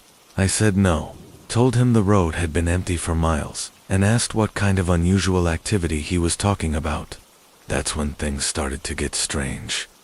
The voice on the other end paused for a long moment. Long enough that I thought I'd lost the connection, and then it started describing things. Details about my truck, and my cargo, and my route that it shouldn't have known. It knew I was hauling machinery parts, knew I'd stopped for fuel in Cheyenne 3 hours earlier, knew I'd had a ham sandwich and coffee at a truck stop whose name I couldn't remember. The information was too specific, too accurate to be coincidence or lucky guessing, and I felt a chill run down my spine as I realized this wasn't a normal conversation, wasn't just another driver making small talk to pass the time. I asked who I was talking to, demanded to know how they knew so much about me, but the voice just continued talking, now describing things that hadn't happened yet, events that were still in my future. It told me I would see headlights approaching in exactly 47 seconds, that the vehicle would be a pickup truck with one working headlight, that it would pass me doing 15 miles over the speed limit. I watched my odometer, counting down the seconds, and right on schedule, I saw lights appear in my rearview mirror, a single beam that resolved into a pickup truck that blew past me going way too fast. The voice was laughing now, a sound that crackled through my speakers with an edge of hysteria or malice, and it told me it knew everything about me, every decision I'd ever made, and every thought I'd ever had, and that it was going to prove it by telling me something only I should know. My heart was pounding now, genuine fear mixing with confusion, and I reached for my CB microphone, intending to turn the radio off, to cut the connection and end this disturbing conversation. But my hand froze before I could hit the power button, because the voice had started speaking again. It was describing a memory, an incident from my childhood that I'd never told anyone about, a moment of cowardice and shame that I'd buried deep and tried to forget. It gave every detail with perfect accuracy, knew exactly what I'd done and how I'd felt about it. And hearing those secrets spoken aloud by a stranger's voice over the CB radio felt like a violation. Like someone reaching into my skull and pulling out thoughts that should have been private. I wanted to respond, to deny or defend, or somehow stop this intrusion, but my voice wouldn't work. My throat had closed up with emotion, and I could only sit there listening as the voice continued its relentless exposure of my hidden self. Then the voice changed. Subtly at first, just a shift in tone or inflection that I barely noticed, but gradually becoming more pronounced, until I realized with dawning horror that it wasn't a stranger's voice anymore. It was mine, my own voice, my own accent and speech patterns and verbal tics coming through my CB speakers as if I were listening to a recording of myself. But I wasn't speaking. My mouth was closed and my throat was still tight with emotion, and yet I could hear myself talking, hear my own voice describing things about me in third person, analyzing my life and choices with detached clinical precision. The experience was profoundly disorienting, like having an out-of-body experience while still firmly locked in your body, like watching yourself from outside while simultaneously being inside. And I felt my grip on reality starting to slip as I listened to my own voice cataloging my failures and regrets and fears.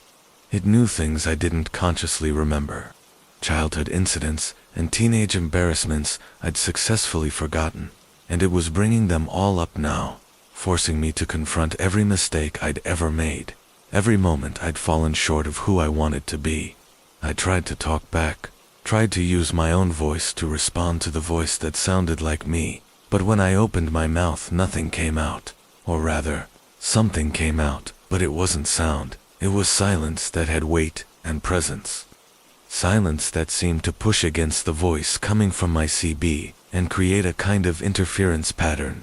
The two voices, my real voice and the voice that sounded like me, clashed and overlapped and created a dissonance that hurt to hear, and I realized that I was somehow competing with myself, fighting for ownership of my own identity against something that had stolen my voice and was using it to attack me.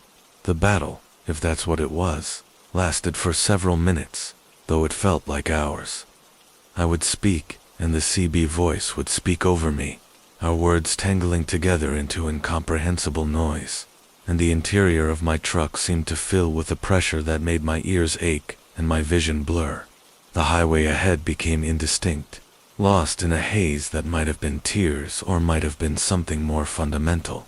a breakdown in the structure of reality itself, and I had the terrifying sense that I was dissolving, that the boundary between me and the voice was breaking down, and soon there would be nothing left but that voice, my voice, speaking into the void with no one left to hear it. Then it stopped. All at once, with no warning or gradual fade out, the voice simply ceased, and my CB went silent, except for the normal background static. The pressure in my truck released, the haze cleared from my vision, and I was alone again, just me and my truck rolling through the Wyoming darkness.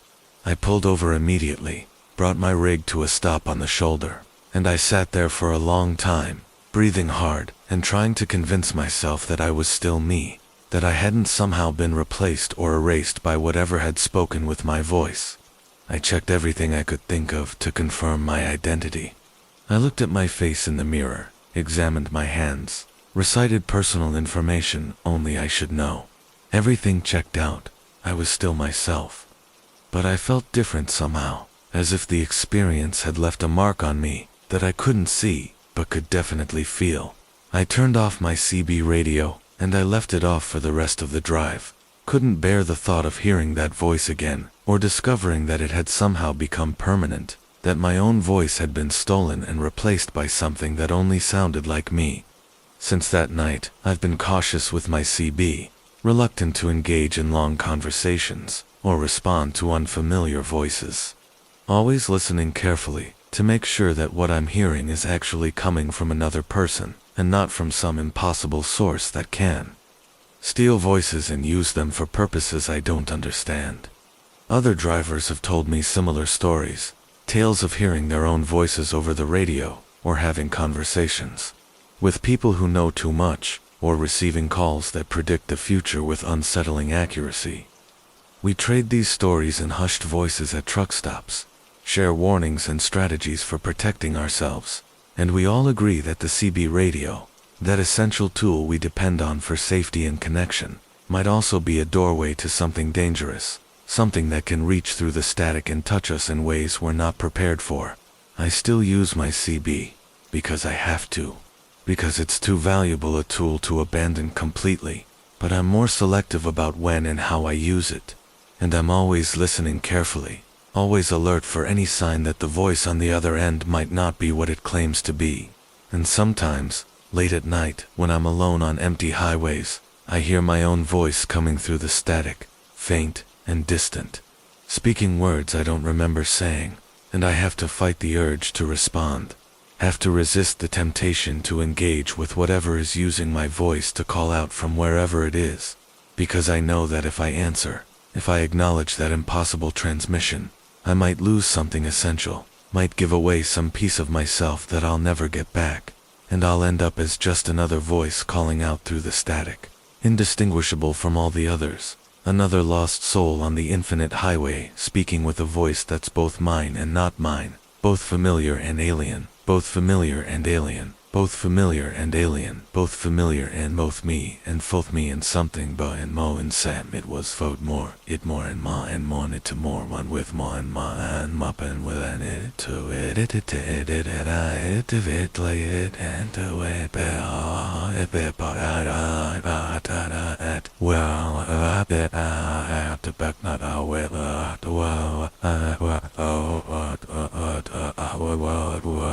up I know it mouth but that everywhere pit but the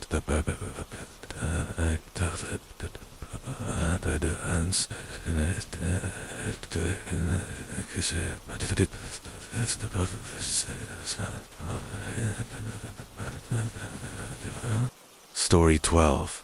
The woman who whispers from my sleeper from Rusty Joe. The sleeper berth is supposed to be a sanctuary, the one place in a trucker's life that's truly private, a small space behind the cab where we can rest and recover between driving shifts, where we can close the curtain and shut out the world for a few hours of precious sleep. I've spent thousands of nights in my sleeper over the past 14 years, and it's become as familiar to me as any bedroom I've ever had, a space that feels safe and comfortable despite its cramped dimensions and constant proximity to the highway. But that sense of safety shattered 9 months ago, when I woke up in the middle of the night to the sound of a woman's voice whispering in my ear, speaking words I couldn't quite understand, and I realized I was no longer alone in that intimate space, that something had invaded my sanctuary and claimed a place there that I couldn't expel no matter how hard I tried. The first time I heard her, I thought I was dreaming, pulled from sleep by what seemed like a fragment of a nightmare that would fade once I fully woke up. It was a voice, soft and feminine, speaking in a whisper that seemed to come from right beside my head, so close I could feel breath against my ear, even though I knew I was alone in the sleeper. I sat up quickly, reaching for my phone to use as a flashlight, and I scanned the small space looking for the source of the voice. The sleeper was empty, except for me and my belongings. The curtain was closed and secure, and there was no possible way anyone could have gotten in without me noticing.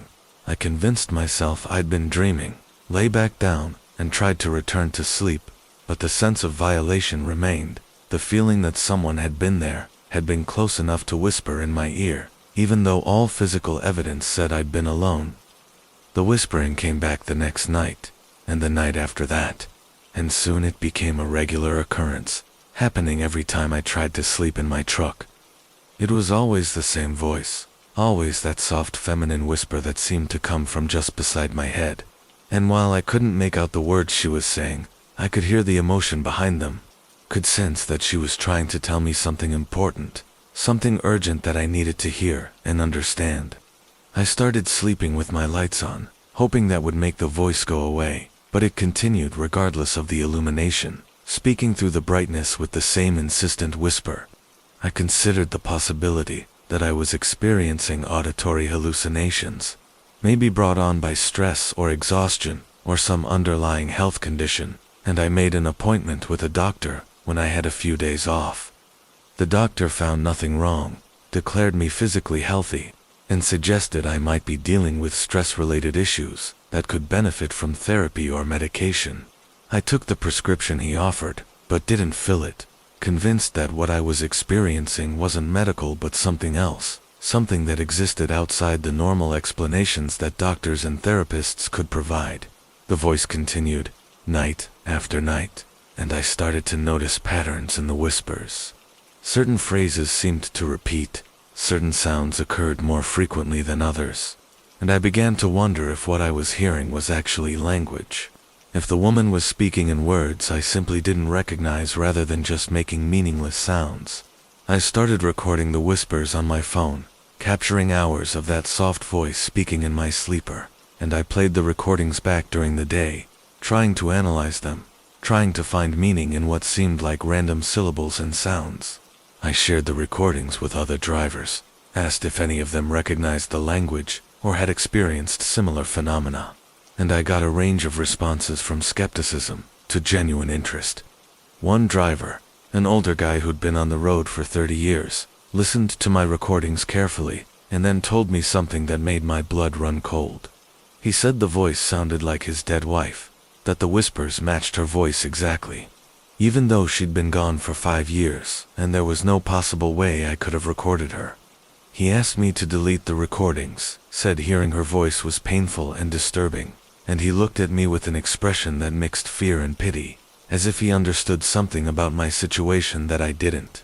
After that conversation, I started researching, digging through online forums and paranormal websites, looking for any information about whispers in truck sleepers or voices that spoke in unknown languages.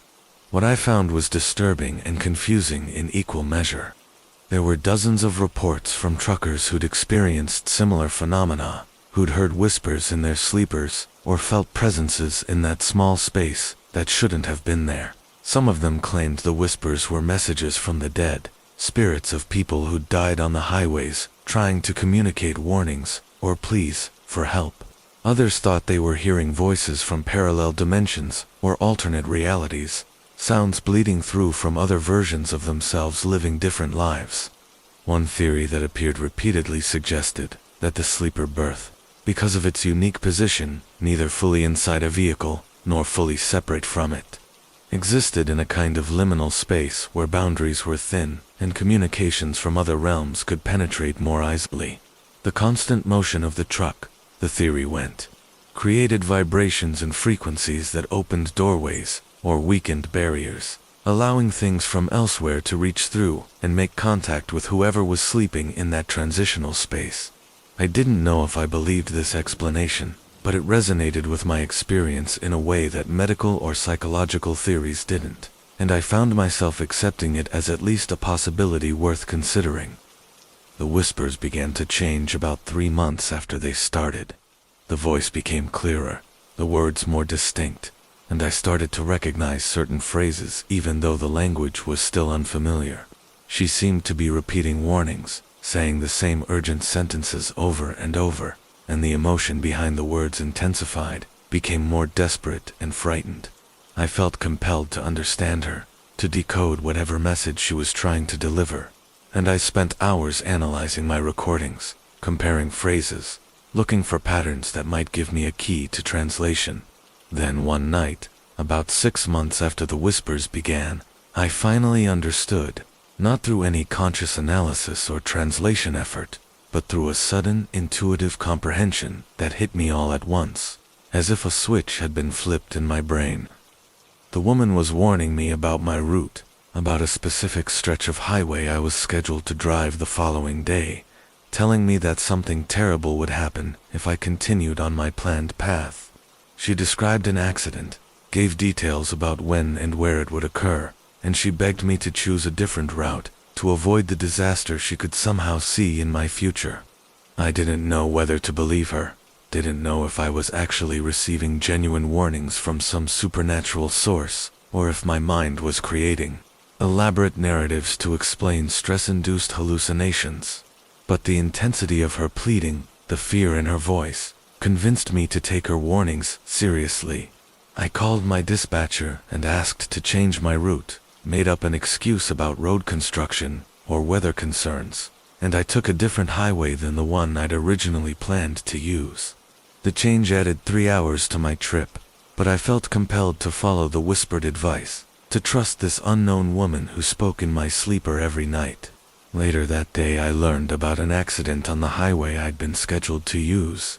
A multi-vehicle pileup involving several trucks that occurred at almost exactly the time I would have been there if I'd stuck to my original route. 2 drivers died, several others were seriously injured, and the highway was closed for 14 hours while emergency crews worked the scene. I could have been part of that accident, could have been one of the casualties. And I was only alive and unharmed because I'd listened to the whispers, because I'd trusted the warnings from the woman in my sleeper. The whispers continued after that, but they changed character, became less urgent and frightened, more calm and almost comforting. She still spoke every night when I tried to sleep, but now the words seemed less like warnings and more like conversation, as if she were simply keeping me company during those long, lonely nights on the road.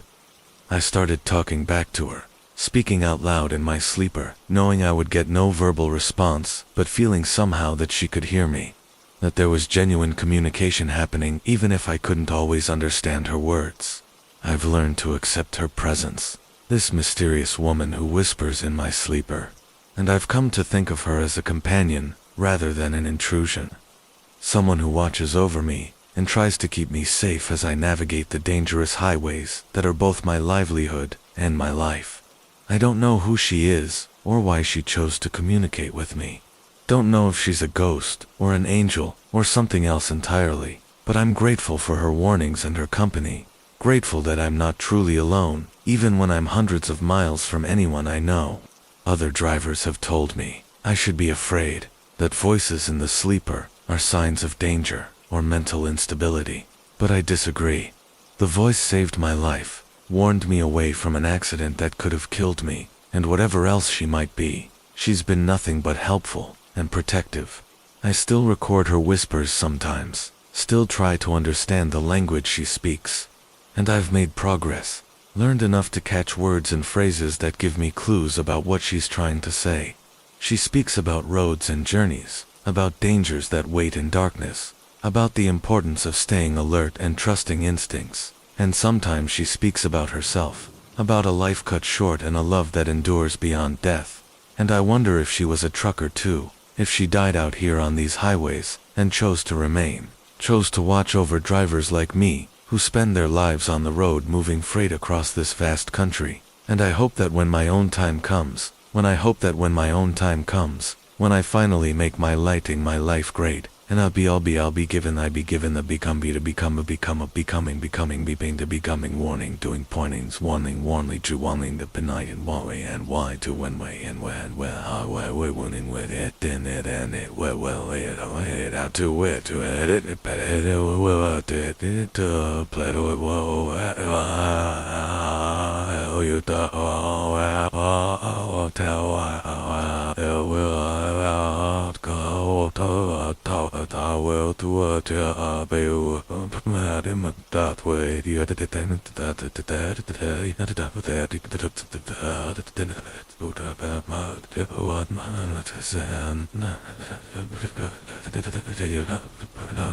Story 13.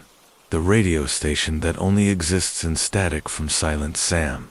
Static is supposed to be nothing, just white noise created when your radio can't find a signal, meaningless interference that fills the empty spaces between stations. I've heard thousands of hours of static over my years on the road. That familiar hiss and crackle that serves as background to long drives through remote areas where radio signals can't reach. And I've never given it much thought beyond the mild annoyance of not having music or talk radio to keep me company. But everything changed 7 months ago, when I was driving through northern Montana and discovered that static isn't always empty, that sometimes within that white noise there are patterns and rhythms, and if you listen carefully enough, if you tune your radio to exactly the right frequency, you can find a station that broadcasts through the static, a station that shouldn't exist, and plays programming unlike anything you've ever heard on conventional radio. I was hauling lumber from Kalispell to Great Falls, taking Highway 2 through some of the most isolated country in the lower 48, terrain where cell phone service is non-existent and radio stations are few and far between. My usual stations had faded out hours ago, and I'd been listening to static for so long, it had become almost meditative. A constant backdrop that helped me focus on the road while my mind wandered through thoughts and memories. I was scanning through frequencies out of habit more than hope, not really expecting to find anything, when I passed through a particular point on the dial, somewhere between 92 and 93 on the FM band, and I heard something that made me stop and go back. It was music, faint and distant, barely audible beneath the static, but definitely there. A melody that sounded old and strange and somehow sad. I fine-tuned the frequency, trying to lock onto the signal, but I couldn't quite isolate it, couldn't find a point where the static cleared and the music came through cleanly. Instead, the music seemed to exist within the static, as if the noise itself was carrying the signal, and the best I could do was find a frequency where the music was slightly louder than the surrounding interference. I listened carefully, trying to identify the style or genre, but it didn't match anything I recognized, didn't sound like country, or rock, or classical, or any other category I could name, just this haunting melody played on instruments I couldn't identify. After a few minutes, the music faded and a voice began speaking, a man's voice that sounded hollow and distant, as if he were broadcasting from very far away, or from inside a well or cave. The static made it hard to understand what he was saying, but I caught fragments, phrases about roads and journeys, and things that wait in darkness, and his tone was conversational, as if he were speaking directly to me, as if he knew I was listening and wanted to share something important. I turned up the volume, pressing my ear close to the speaker, and I managed to catch more of what he was saying, though much of it still disappeared into the white noise that surrounded his words. He was talking about Highway 2, describing landmarks and features with perfect accuracy, mentioning places I'd passed just hours ago and places I would pass in the hours ahead. He knew my route, knew where I'd been and where I was going, and that knowledge should have been impossible because I'd told no one my exact itinerary. Had barely known it myself until I'd started driving. The voice continued for maybe 10 minutes. Describing the highway and the landscape and the history of the region, telling stories about things that had happened along this road over the decades, accidents and disappearances and strange encounters that other drivers had experienced and never reported. Then the voice stopped and the music returned. A different piece this time, but with the same haunting quality, the same sense of age and sadness that had characterized the first song. I continued driving. My attention split between the road ahead and the strange station playing through my static, and I realized that this was unlike any radio broadcast I'd ever encountered. There were no commercials, no station identification, no news or weather reports, just music, and that one voice speaking about the highway, and the programming seemed specifically tailored to my journey, describing the exact route I was traveling as if the broadcast existed only for me. Over the next hour, the pattern repeated several times. Music would play for a while, then the voice would return and speak about the road and the landscape and the history. And gradually I began to understand that I was hearing something like a documentary. An audio history of Highway 2 told through stories and descriptions and warnings about the dangers that lurked along this remote corridor. The voice told me about a trucker who'd frozen to death when his rig broke down in winter, about a family that had disappeared without a trace after their car was found abandoned on the shoulder, about mysterious lights that appeared in the sky and vehicles that vanished into thin air, and each story was told with the same conversational tone, as if the speaker were simply sharing information with a friend. I tried to find the station again after the signal eventually faded, scanning back and forth across the frequency range, but I couldn't locate it. Couldn't pick up anything but ordinary static, no matter how carefully I searched. I made a note of the approximate frequency and the location where I'd first found it, planning to try again on my return trip, and I spent the rest of my drive thinking about what I'd heard, wondering if the station was real, or if I'd somehow imagined the whole thing, projected meaning onto random noise, because my brain was desperate for stimulation during those long isolated hours. But when I made the return trip a week later, driving back through northern Montana on the same highway, I found the station again, picked it up at almost exactly the same location where I'd discovered it the first time.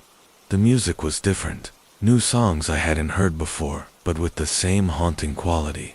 And the voice was back too, still speaking about Highway 2 and its history, still describing landmarks and telling stories. But this time the broadcast included something new, something that made my heart race and my hands tighten on the steering wheel.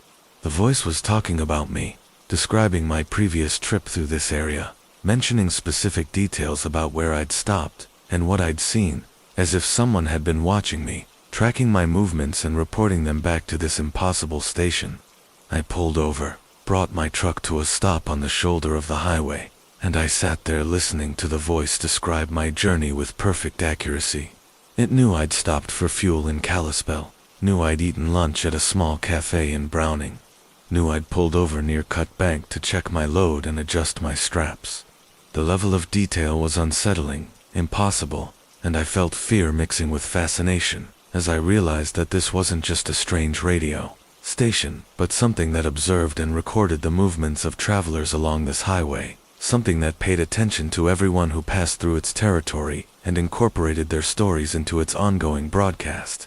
The voice finished, describing my previous trip, and then began speaking directly to me, using my CB handle and making it clear that it knew exactly who was listening. It told me things about myself that no one should have known, personal details about my past and my fears, and my reasons for becoming a trucker. And it spoke with a tone that was neither judgmental nor sympathetic, just factual, as if it were simply reporting information without any emotional investment in what it revealed. I wanted to respond, wanted to ask questions and demand explanations, but of course there was no way to communicate back, no mechanism for two-way conversation with a station that existed only in static. Then the voice made a prediction, told me something that would happen on my current trip, an event that was still hours in my future. It described a location ahead where I would encounter another vehicle, gave details about the make and model and color, and it said that this encounter would be important, that I should pay close attention to what happened, because it would affect decisions I would make later. I wrote down the details, noting the mile marker and the description of the vehicle, and I continued driving, constantly watching for the predicted encounter. 3 hours later, at the exact location the voice had specified, I saw the vehicle, a blue pickup truck with Montana plates, exactly as described. It was pulled over on the shoulder with its hood up, and a man was standing beside it, looking helpless and frustrated. I normally wouldn't have stopped, don't like to involve myself in other people's problems on the road. But the prediction had been so specific and accurate that I felt compelled to pull over and offer assistance. The man's alternator had failed, and he was stranded 40 miles from the nearest town, with no cell phone service, and I was able to give him a jump start and get him back on the road. He was grateful, thanked me profusely, and told me I'd saved him from spending a freezing night stranded on the highway. The encounter seemed unremarkable at the time, just a good deed done for a stranger in need. But over the following weeks, I came to understand that it had been more significant than I'd realized. The man I'd helped was a mechanic, and he ran a small garage in a town I passed through regularly on one of my routes. When my own truck broke down a month later, when I found myself stranded with a mechanical problem I couldn't diagnose, I remembered that man and called the number on the card he'd given me. He drove out to where I was stuck, fixed my truck quickly and cheaply, and refused to accept full payment because he said he owed me for helping him that night on the highway. The repair saved me thousands of dollars and days of downtime, and I realized that the radio station had somehow known this would happen, had predicted not just the encounter but its future consequences, and had guided me to make a choice that would benefit me later. Since then, I've listened to the static station regularly, tuning in whenever I drive through northern Montana and searching carefully for that elusive frequency where signal and noise merge into programming. I don't always find it. The station seems to broadcast only at certain times or under certain conditions I haven't fully figured out. But when I do locate it, I listen carefully to everything it says, taking notes on the stories and predictions and warnings it offers. The voice has become familiar to me, almost friendly, though I still don't know who or what is behind the broadcast, whether it's a person or a machine or something else entirely, something that exists outside the normal categories we use to classify reality. Other drivers have told me about similar experiences, stations found in static that broadcast impossible information, voices that speak through white noise and tell stories that shouldn't be known. We compare notes, share frequencies and locations, trying to map out where these stations can be found and what patterns govern their broadcasts. Some drivers think they're hearing time slips, recordings from the past that somehow continue to broadcast decades after they should have ended. Others believe they're tuning into alternate dimensions or parallel realities where different versions of our highways exist and different versions of ourselves drive them. And some think the stations are warnings from the future, messages sent back through time by travelers who've seen what's coming and want to help those of us in the present avoid the mistakes they made. I don't know which explanation is correct, or if any of them are, but I know what I've heard, and I know the predictions have been accurate, and the information has been valuable. The static station has become a resource I depend on, a source of guidance and warning that's helped me avoid accidents and make good decisions. And I'm grateful for its existence, even if I don't understand it. I still listen to regular radio when I can get a clear signal, still enjoy music and talk shows, and the normal programming that most drivers rely on for entertainment and information.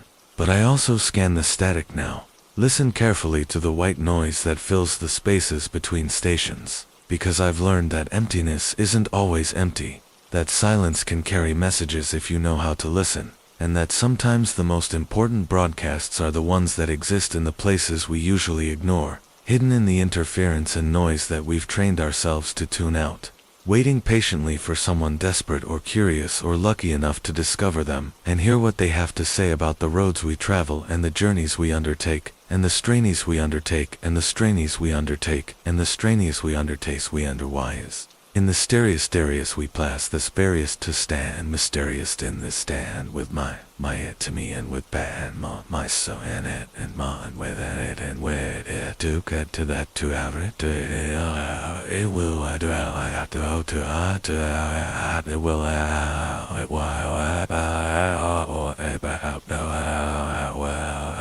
Story 14. The man standing on the overpass every night from Diesel Dan. Overpasses are supposed to be empty, just concrete structures that carry one road over another. Utilitarian architecture that serves a simple purpose and attracts no particular attention. You drive under hundreds of them during any long-haul trip, barely noticing them as anything more than momentary shadows that briefly block the sun or streetlights.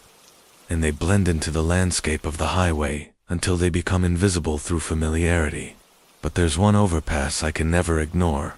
One bridge on Interstate 40 in New Mexico that always has a man standing on it, visible in my headlights as I approach, always in the same position at the edge of the railing, and I've driven under that overpass at least 50 times over the past 2 years, and the man is always there, night after night, standing and watching and waiting for something I can't understand. I first noticed him about 18 months ago, during a late-night run from Albuquerque to Amarillo. It was around 3 in the morning, that dead zone when traffic is lightest and fatigue is heaviest. And I was fighting to stay alert as I rolled through the empty New Mexico landscape under a sky so dark it seemed to press down on the earth. The overpass appeared in my headlights like any other, just a concrete structure spanning the highway. But as I got closer, I saw something on top of it, a silhouette standing at the railing and looking down at the road below. It was clearly a person, a man based on the build and posture, and he was standing perfectly still, leaning slightly forward over the railing, as if he were considering jumping or just watching the traffic pass beneath him. I've seen people on overpasses before, usually kids or teenagers hanging out, or occasionally someone in crisis contemplating suicide. And normally I would have just driven past without giving it much thought, beyond maybe calling it in to highway patrol if the situation looked dangerous. But something about this man caught my attention, made me look more closely as I approached. And I realized that his stillness was absolute, that he wasn't moving at all. Not even the small unconscious movements that humans make when they're standing and breathing and alive. He was like a statue, frozen in position. And as I passed beneath the overpass, I looked up through my windshield and caught a glimpse of his face in my headlights, pale and expressionless, eyes staring down at the highway with an intensity that made me shiver. I thought about him occasionally over the following weeks, wondered idly who he was and what he'd been doing up there at 3 in the morning. But I didn't dwell on it, didn't treat it as anything more than a random encounter with a stranger in the night.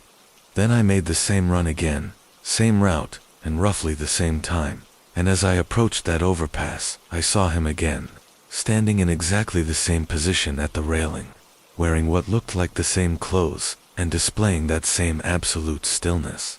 I slowed down this time, drove under the overpass more carefully, and looked up to get a better view, and I saw his face again, still pale and expressionless, still staring down with that unsettling intensity.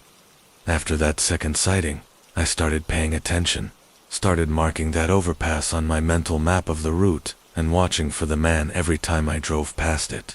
And he was always there, always in the same position, at the same time of night. Never moving, never changing, as reliable as a mile marker or an exit sign. I tried approaching at different times, varying my schedule to pass the overpass at different hours. And I found that he only appeared at night, only stood at his post during the dark hours between midnight and dawn. During daylight, the overpass was empty, just a normal bridge with no one on it. But as soon as darkness fell, he would be there again, taking up his mysterious vigil. I started asking other drivers about the man, describing what I'd seen and asking if anyone else had noticed him. The responses were mixed. Some drivers looked at me blankly, said they'd never seen anyone on that overpass, and suggested I was imagining things or misremembering. But others knew exactly what I was talking about, had seen the man themselves, and were just as puzzled and unsettled as I was. One driver told me he'd been seeing the man for over 3 years, that the figure had been standing on that overpass long before I'd started noticing him, and that he'd never once seen the man move or leave or do anything except stand and stare down at the traffic passing below.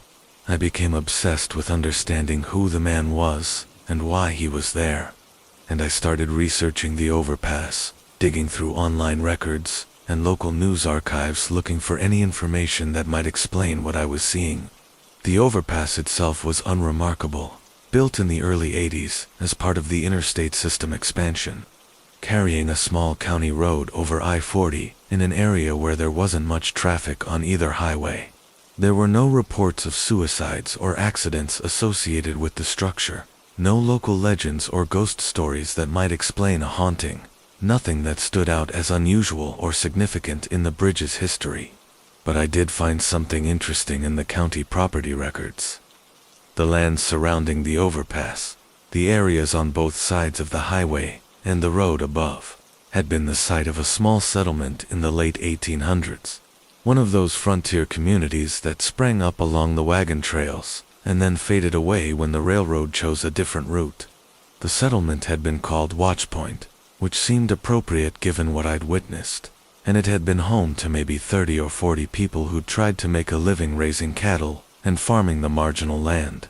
The settlement had died out by the early 1900s, abandoned as people moved to more prosperous areas, and now there was nothing left except some barely visible foundations and a small cemetery that was slowly being reclaimed by the desert.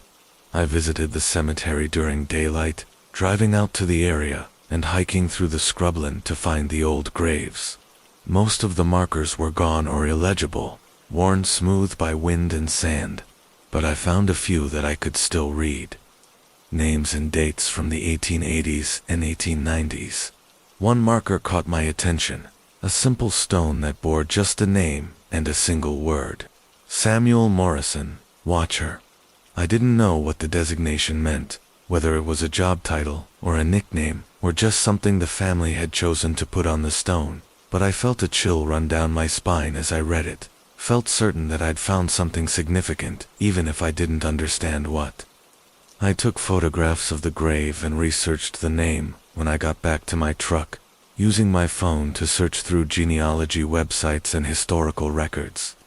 Samuel Morrison had been one of the original settlers of Watch Point, arriving in 1882 and dying in 1891 at the age of 34.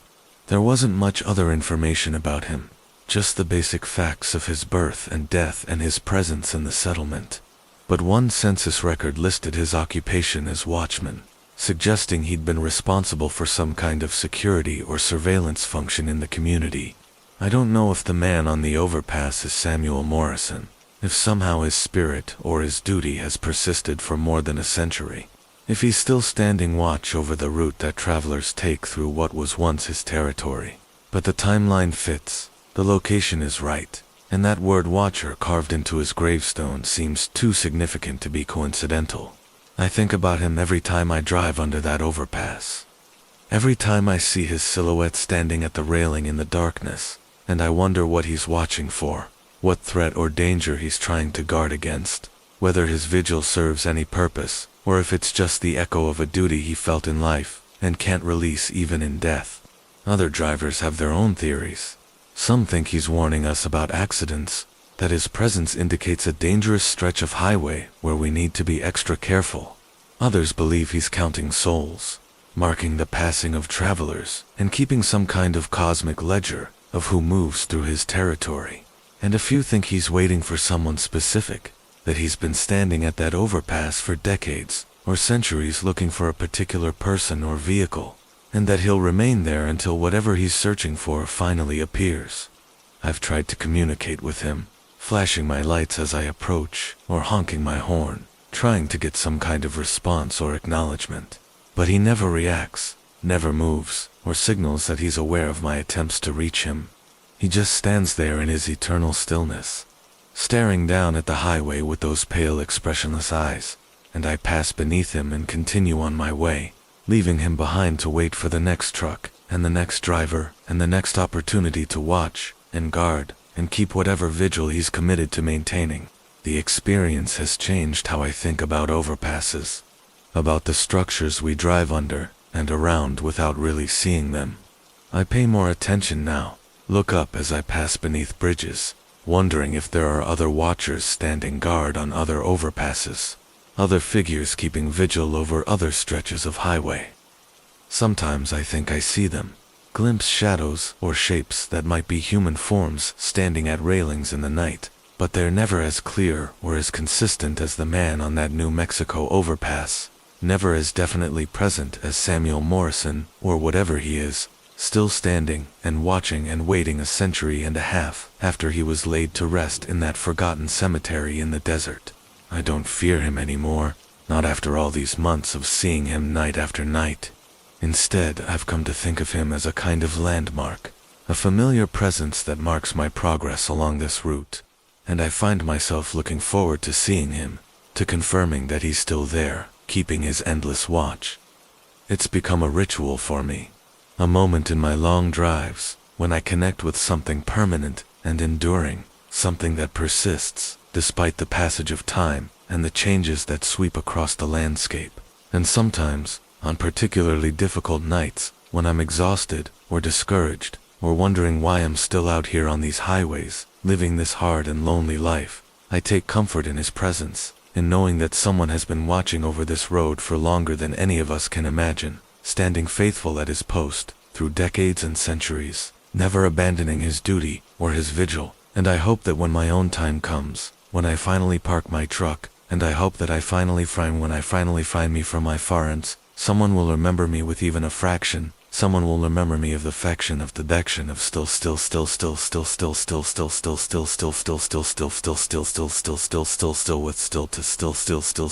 with posts and men put in with a will and with to it I will and with or will bow out to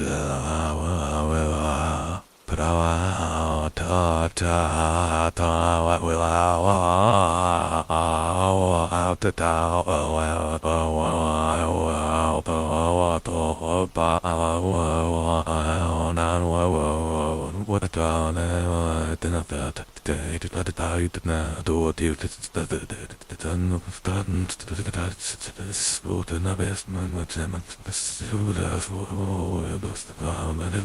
unaware of the lonely sentinel who marks our passage and watches over our journey through his territory and beyond.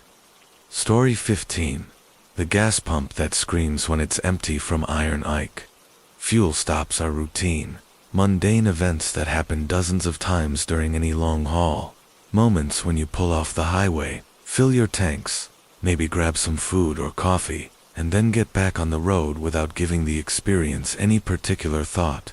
I've fueled up at thousands of truck stops over my career, seen every kind of pump and station, from brand new automated facilities to ancient decrepit places that look like they've been there since the invention of the automobile, and the process has become so automatic that I barely pay attention anymore, just go through the motions while my mind is elsewhere.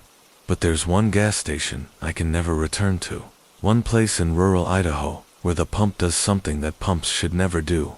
And that experience 6 months ago taught me that even the most ordinary objects can hide something terrible, something that waits in the machinery and the infrastructure until the right moment to reveal itself. The station was small and isolated. One of those independent operations that somehow survives, despite being miles from the nearest town, serving the sparse traffic that uses the state highway it sits beside. I'd passed it dozens of times before, but never stopped, always managing to time my fuel needs so that I could use larger truck stops in actual towns where there were more amenities and services. But on this particular night, I'd misjudged my range, had burned through fuel faster than I'd expected fighting headwinds and climbing grades, and I realized with some alarm that I wasn't going to make it to the next major stop, that I needed to fuel up immediately or risk running dry and being stranded on a dark highway in the middle of nowhere. The station appeared like a blessing, its lights visible from miles away across the flat Idaho scrubland, and I pulled in with relief, grateful that I'd found a place to refuel before my situation became critical.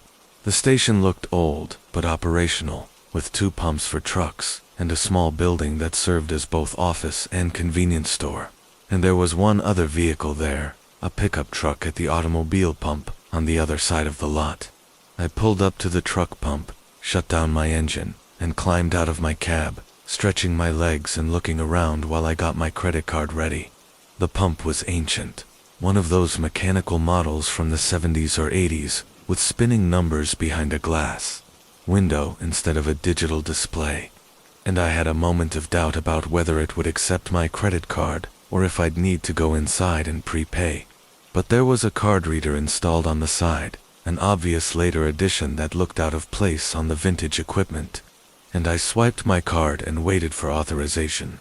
The pump hummed to life with a sound that was deeper and rougher than modern pumps make, more like machinery that had to work to function rather than the smooth electronic efficiency I was used to. But the card was accepted and the display indicated I could begin fueling. I pulled the nozzle from its holder and inserted it into my fuel tank, squeezing the handle to start the flow of diesel. The pump responded with that same rough mechanical sound, and fuel began flowing into my tanks with normal speed and pressure. I stood there holding the nozzle, watching the numbers spin behind the glass window, counting off gallons and dollars in their mechanical progression, and I let my mind wander, thinking about my delivery schedule and the miles still ahead, and whether I'd have time to stop for a real meal before my next pickup. That's when I noticed the pickup truck was gone. The other customer had finished and left while I'd been lost in thought, and I was alone at the station, except for whoever might be inside the building.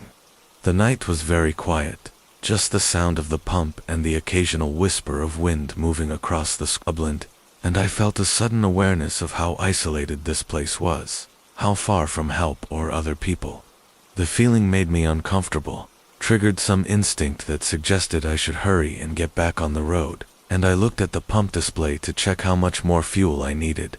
The numbers were still spinning, but they were slowing down, the gallons accumulating more and more slowly as my tanks filled, and I could hear the pump working harder, straining to maintain pressure and flow. This was normal. Pumps always slowed down as tanks approached capacity, and I wasn't concerned, just impatient to finish and leave.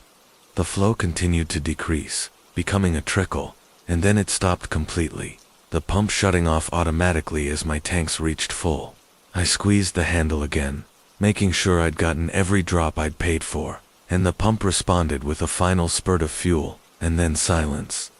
That's when I heard it, a sound that started so quietly I thought I was imagining it. Just a faint whisper or hiss that might have been wind or distant traffic. But it grew louder, more distinct, and I realized with dawning horror that it was coming from the pump itself. From somewhere deep inside the machinery, a sound that started as a whisper and built rapidly into a scream. A high-pitched wail that sounded like nothing mechanical, nothing that should come from metal and plastic and fuel lines. It sounded human, or almost human, like someone crying out in pain or terror or desperate need, and the scream kept building, getting louder and more intense, until I had to drop the nozzle and cover my ears against the assault. The scream continued for maybe 30 seconds, though it felt much longer, and then it cut off abruptly, leaving a silence that seemed even more oppressive than the noise had been.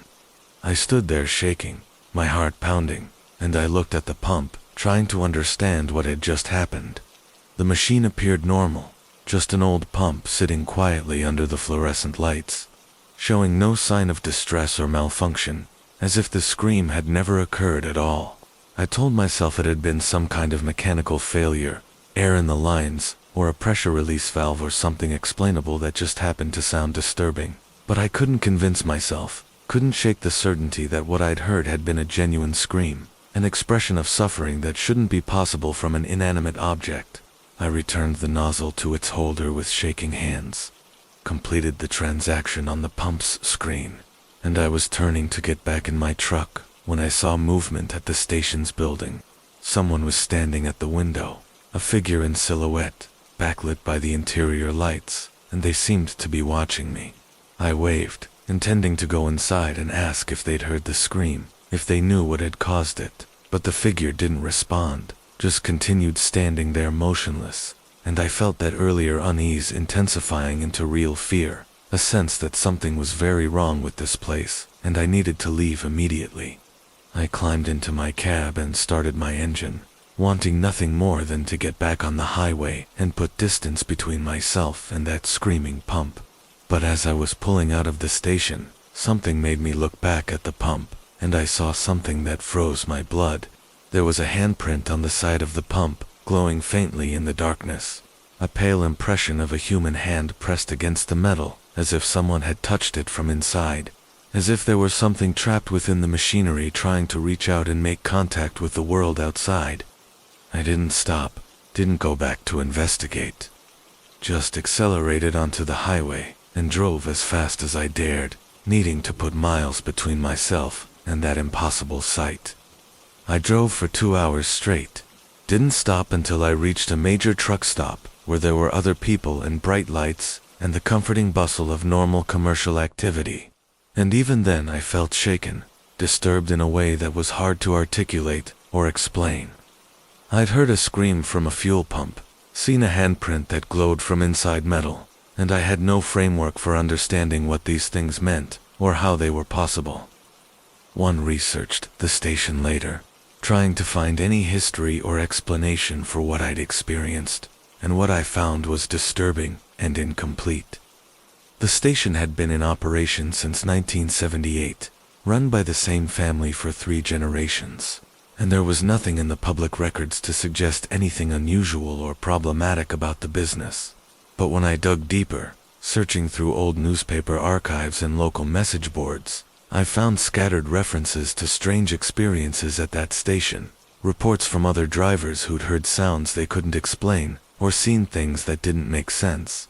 One post in particular caught my attention, a message from 5 years ago, where a driver described hearing screaming from the pump when he'd fueled up late at night, and he'd asked if anyone else had experienced the same thing.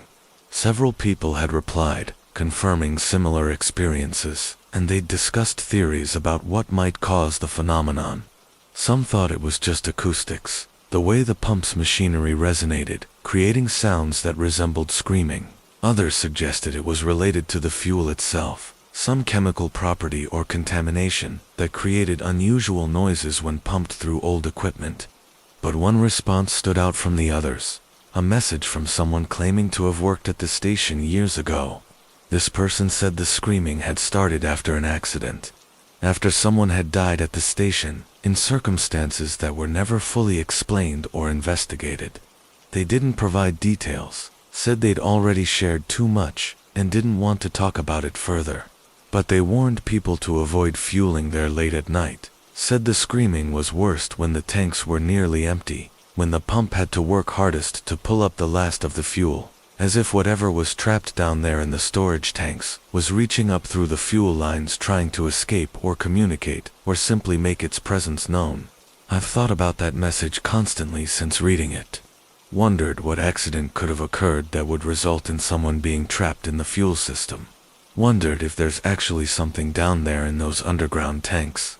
Some presence, or entity, or residual energy that screams when the fuel runs low, and the pump pulls air instead of diesel. The rational part of my mind rejects this explanation, insists there must be a mechanical or physical cause for what I heard, but I can't forget that handprint glowing on the pump's exterior. Can't dismiss the certainty I felt that what I was hearing was a genuine expression of suffering and not just random mechanical noise. I've warned other drivers about the station, told them to avoid it, if possible, or at least to be prepared for something disturbing if they have to fuel there. Some take my warning seriously, others dismiss it as superstition or exaggeration, and I understand both reactions, because I know how crazy the story sounds when spoken aloud. But I also know what I experienced, and I know I'm not the only one who's heard that screaming pump. And I believe there's something genuinely wrong with that place, something that trapped or contained or manifested in the infrastructure, existing in the pipes and tanks and machinery that moves fuel from underground storage to vehicle tanks. I still drive past that station sometimes. My route takes me through that area regularly, but I've never stopped there again, and I never will. I make sure to fuel up before I reach it, time my stops carefully, so I never run low in that area. And when I pass the station I look away, refuse to let my eyes be drawn to those old pumps, standing under their fluorescent lights. Because I know that if I were desperate enough, if I had no choice but to stop there again, I might hear that scream once more, might see another handprint glowing on metal, might learn something more about what's trapped down there in the darkness beneath the concrete and the fuel tanks, and I'm not sure I could handle that knowledge. Not sure I could handle that knowledge. Not sure I could continue driving these highways knowing that ordinary infrastructure can hide such terrible things, that every gas station and rest stop and truck stop might conceal something that screams in the darkness when we're not paying attention, something that was human once, and something that was human once, and somehow got lost in the once, and something was been built, and the miss in that it's with immense to with a mel and immense but and but it and bum and pal and wham it pip out to but it bit it pivot up it did to it bow I dip it but much no what do talk what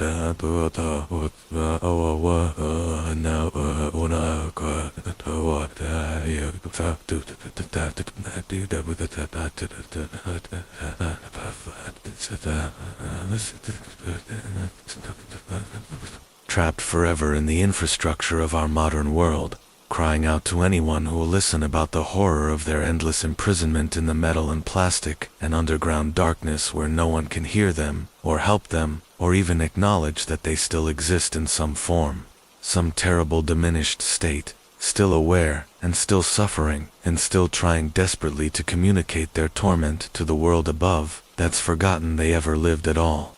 Story 16. The rest stop that plays my baby's cry from Outlaw Owen. There are sounds that can break a person, frequencies and patterns of noise that bypass rational thought, and strike directly at the deepest parts of human emotion and instinct. For me, that sound is a baby crying, my baby crying, because I lost my daughter 15 years ago when she was just 6 months old. Lost her to sudden infant death syndrome on a Tuesday morning when the world was bright and beautiful, and I thought I had everything figured out. The grief nearly destroyed me, nearly destroyed my marriage, and it's only through years of therapy and healing and the passage of time that I've learned to live with the loss, to carry the pain without letting it consume me entirely. But that fragile piece shattered 3 months ago when I stopped at a rest area in eastern Tennessee and heard my daughter crying, heard the exact sound she used to make when she needed to be fed or changed or comforted, and that sound was coming from everywhere and nowhere, filling the rest stop with her voice even though she's been dead for 15 years and there's no possible way I should be hearing her. The rest stop was ordinary enough, one of those state-maintained facilities with picnic tables and bathrooms and vending machines. A place where travelers can pull off the interstate and take a break from driving. I'd stopped there dozens of times before without incident, knew the layout and the facilities, and I didn't expect anything unusual when I pulled in just after midnight, needing to use the restroom and stretch my legs before continuing my drive to Knoxville. The parking lot was nearly empty, just my truck and one other vehicle, a car parked far from the building with no lights and no sign of its occupants. I walked toward the restroom building, enjoying the cool night air and the chance to move after hours behind the wheel, and that's when I heard it. Faint at first, but unmistakable, the sound of a baby crying. My first thought was that someone must be in one of the vehicles with an infant, maybe trying to soothe a fussy baby, or dealing with a middle-of-the-night feeding, and I felt sympathy for them, remembering those exhausting early months when my daughter had been small and demanding and I'd been sleep-deprived and overwhelmed, but also filled with love and wonder at the miracle of her existence. But as I got closer to the building, I realized the sound wasn't coming from any vehicle. It was coming from the rest stop itself. From the building, or maybe from all around the building, echoing off the concrete and the picnic pavilions and the trees that surrounded the facility. The cry was louder now, more insistent, and I felt my heart beginning to race because I recognized it. Recognized the specific pattern and pitch and emotional quality. Knew with absolute certainty that I was hearing my daughter Emma, hearing the exact sound she used to make when she was hungry or uncomfortable. A sound I'd heard thousands of times during those 6 months she was alive. A sound that had been burned into my memory so deeply that I could still recall every nuance and variation, even after 15 years. I stopped walking, stood frozen in the parking lot while the crying continued, and I felt tears starting to stream down my face, because it was impossible. It couldn't be Emma. She was gone, and she'd been gone for so long, and there was no rational explanation for why I would be hearing her voice at a random rest stop in Tennessee. But the sound was so perfect, so exact, that my brain couldn't dismiss it as imagination or coincidence, and I found myself moving toward the building, drawn by that crying like a magnet, needing to find its source, even though I knew I wouldn't find my daughter there, knew that whatever I discovered would only hurt me more. The crying seemed to be coming from inside the restroom building, and I pushed through the door into the men's room, my hands shaking and my vision blurred with tears. The room was empty, just sinks and stalls and tile walls, but the crying was louder in here, so loud it felt like it was coming from inside my own head. And I stood there in the middle of the room, covering my ears and sobbing because I couldn't handle it. Couldn't bear to hear my dead daughter crying for help that I couldn't provide, crying with the need and hunger and discomfort that I would never again be able to soothe. I don't know how long I stood there, might have been minutes or hours. Time lost all meaning as I struggled to process what was happening. Eventually the crying stopped, cut off abruptly in the middle of a wail, and the silence that followed was almost as painful as the sound had been. I washed my face, tried to pull myself together, and I walked back out into the parking lot on unsteady legs, feeling wrung out and emotionally devastated, questioning my sanity and my sobriety, and whether I'd actually heard what I thought I'd heard, or if it had all been some kind of grief-triggered hallucination. But as I approached my truck, the crying started again, and this time it was coming from a different direction, from the picnic area near the trees, and it was accompanied by other sounds. The soft gurgling and cooing that babies make when they're content and comfortable. I walked toward the sound, unable to resist, even though I knew it was wrong. Knew I was torturing myself, and I found one of the picnic tables where the sounds seemed to be centered, where I could hear Emma making those happy baby noises I remembered so well, the sounds of a child who felt safe and loved and secure in the world. I sat down at the table, put my head in my hands, and I talked to her, talked to the empty air as if my daughter could actually hear me. Told her how much I missed her, and how sorry I was that I hadn't been able to protect her, and how every single day without her had been a struggle to find meaning and purpose. The happy sounds continued while I spoke, as if Emma were listening and responding in her limited baby vocabulary, and for a few minutes I let myself believe it was real, let myself pretend that somehow my daughter had found a way to reach across the barrier between life and death to communicate with me one more time. But reality reasserted itself eventually, and I recognized what was happening for what it was. Either a cruel trick of acoustics in my traumatized memory, or something supernatural and malevolent that was using my grief against me, tormenting me with sounds that struck at my deepest pain. Either way, I knew I needed to leave, needed to get back on the road and put distance between myself and this place that somehow knew how to hurt me in the most devastating way possible. I returned to my truck and I sat in the cab for a long time, trying to steady myself before driving. And while I sat there, I researched the rest stop on my phone, looking for any history or reports that might explain what I'd experienced. What I found was disturbing and confusing in equal measure. There were multiple reports, scattered across various websites and forums, from people who'd stopped at that rest area and heard things they shouldn't have heard. Sounds from their past, or sounds that spoke to their specific traumas and fears. One person described hearing their mother's voice, calling their name, even though their mother had been dead for years. Another reported hearing the sound of a car crash, complete with screaming and breaking glass, that matched an accident they'd survived decades earlier. The pattern was clear. The rest stop was somehow reading people, accessing their memories and their pain, and playing back sounds calculated to cause maximum emotional distress. I didn't know if this was a natural phenomenon, some weird acoustic property of the location that created auditory hallucinations based on people's psychological states, or something more deliberate and malicious, some presence or force that fed on human suffering and used sound as its weapon of choice. I reported what I'd experienced to the State Highway Department, filed a formal complaint describing the disturbing sounds and suggesting that the rest stop should be investigated or at least marked with warning signs. The response I received was polite but dismissive, thanked me for my input but essentially suggested that I'd been overtired and had experienced stress-related hallucinations, that there was nothing wrong with the rest stop and no other complaints had been received.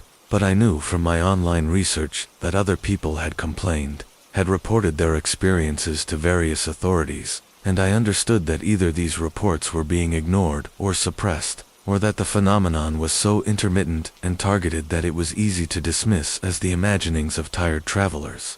I've avoided that rest stop completely since that night, plan my routes and my fuel stops to ensure I never need to pull in there again, and I warn other drivers about it when the subject comes up, though I know most of them think I'm exaggerating or misremembering.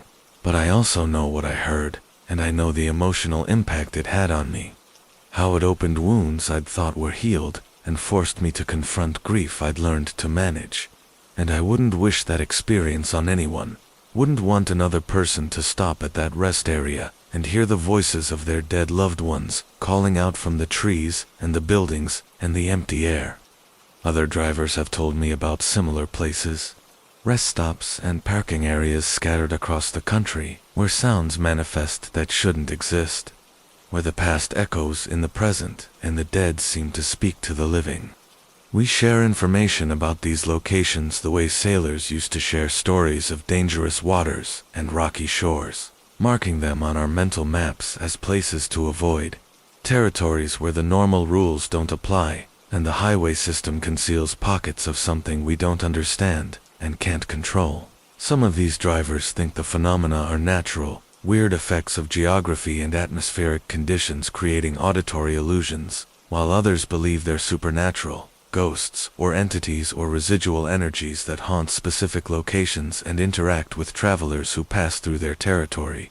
I don't know which explanation is correct, or if there even is a single explanation that covers all these strange experiences, but I know the rest stop in Tennessee plays my baby's cry, and I know other places play other sounds for other people, and I know these experiences are real and devastating regardless of their cause or mechanism.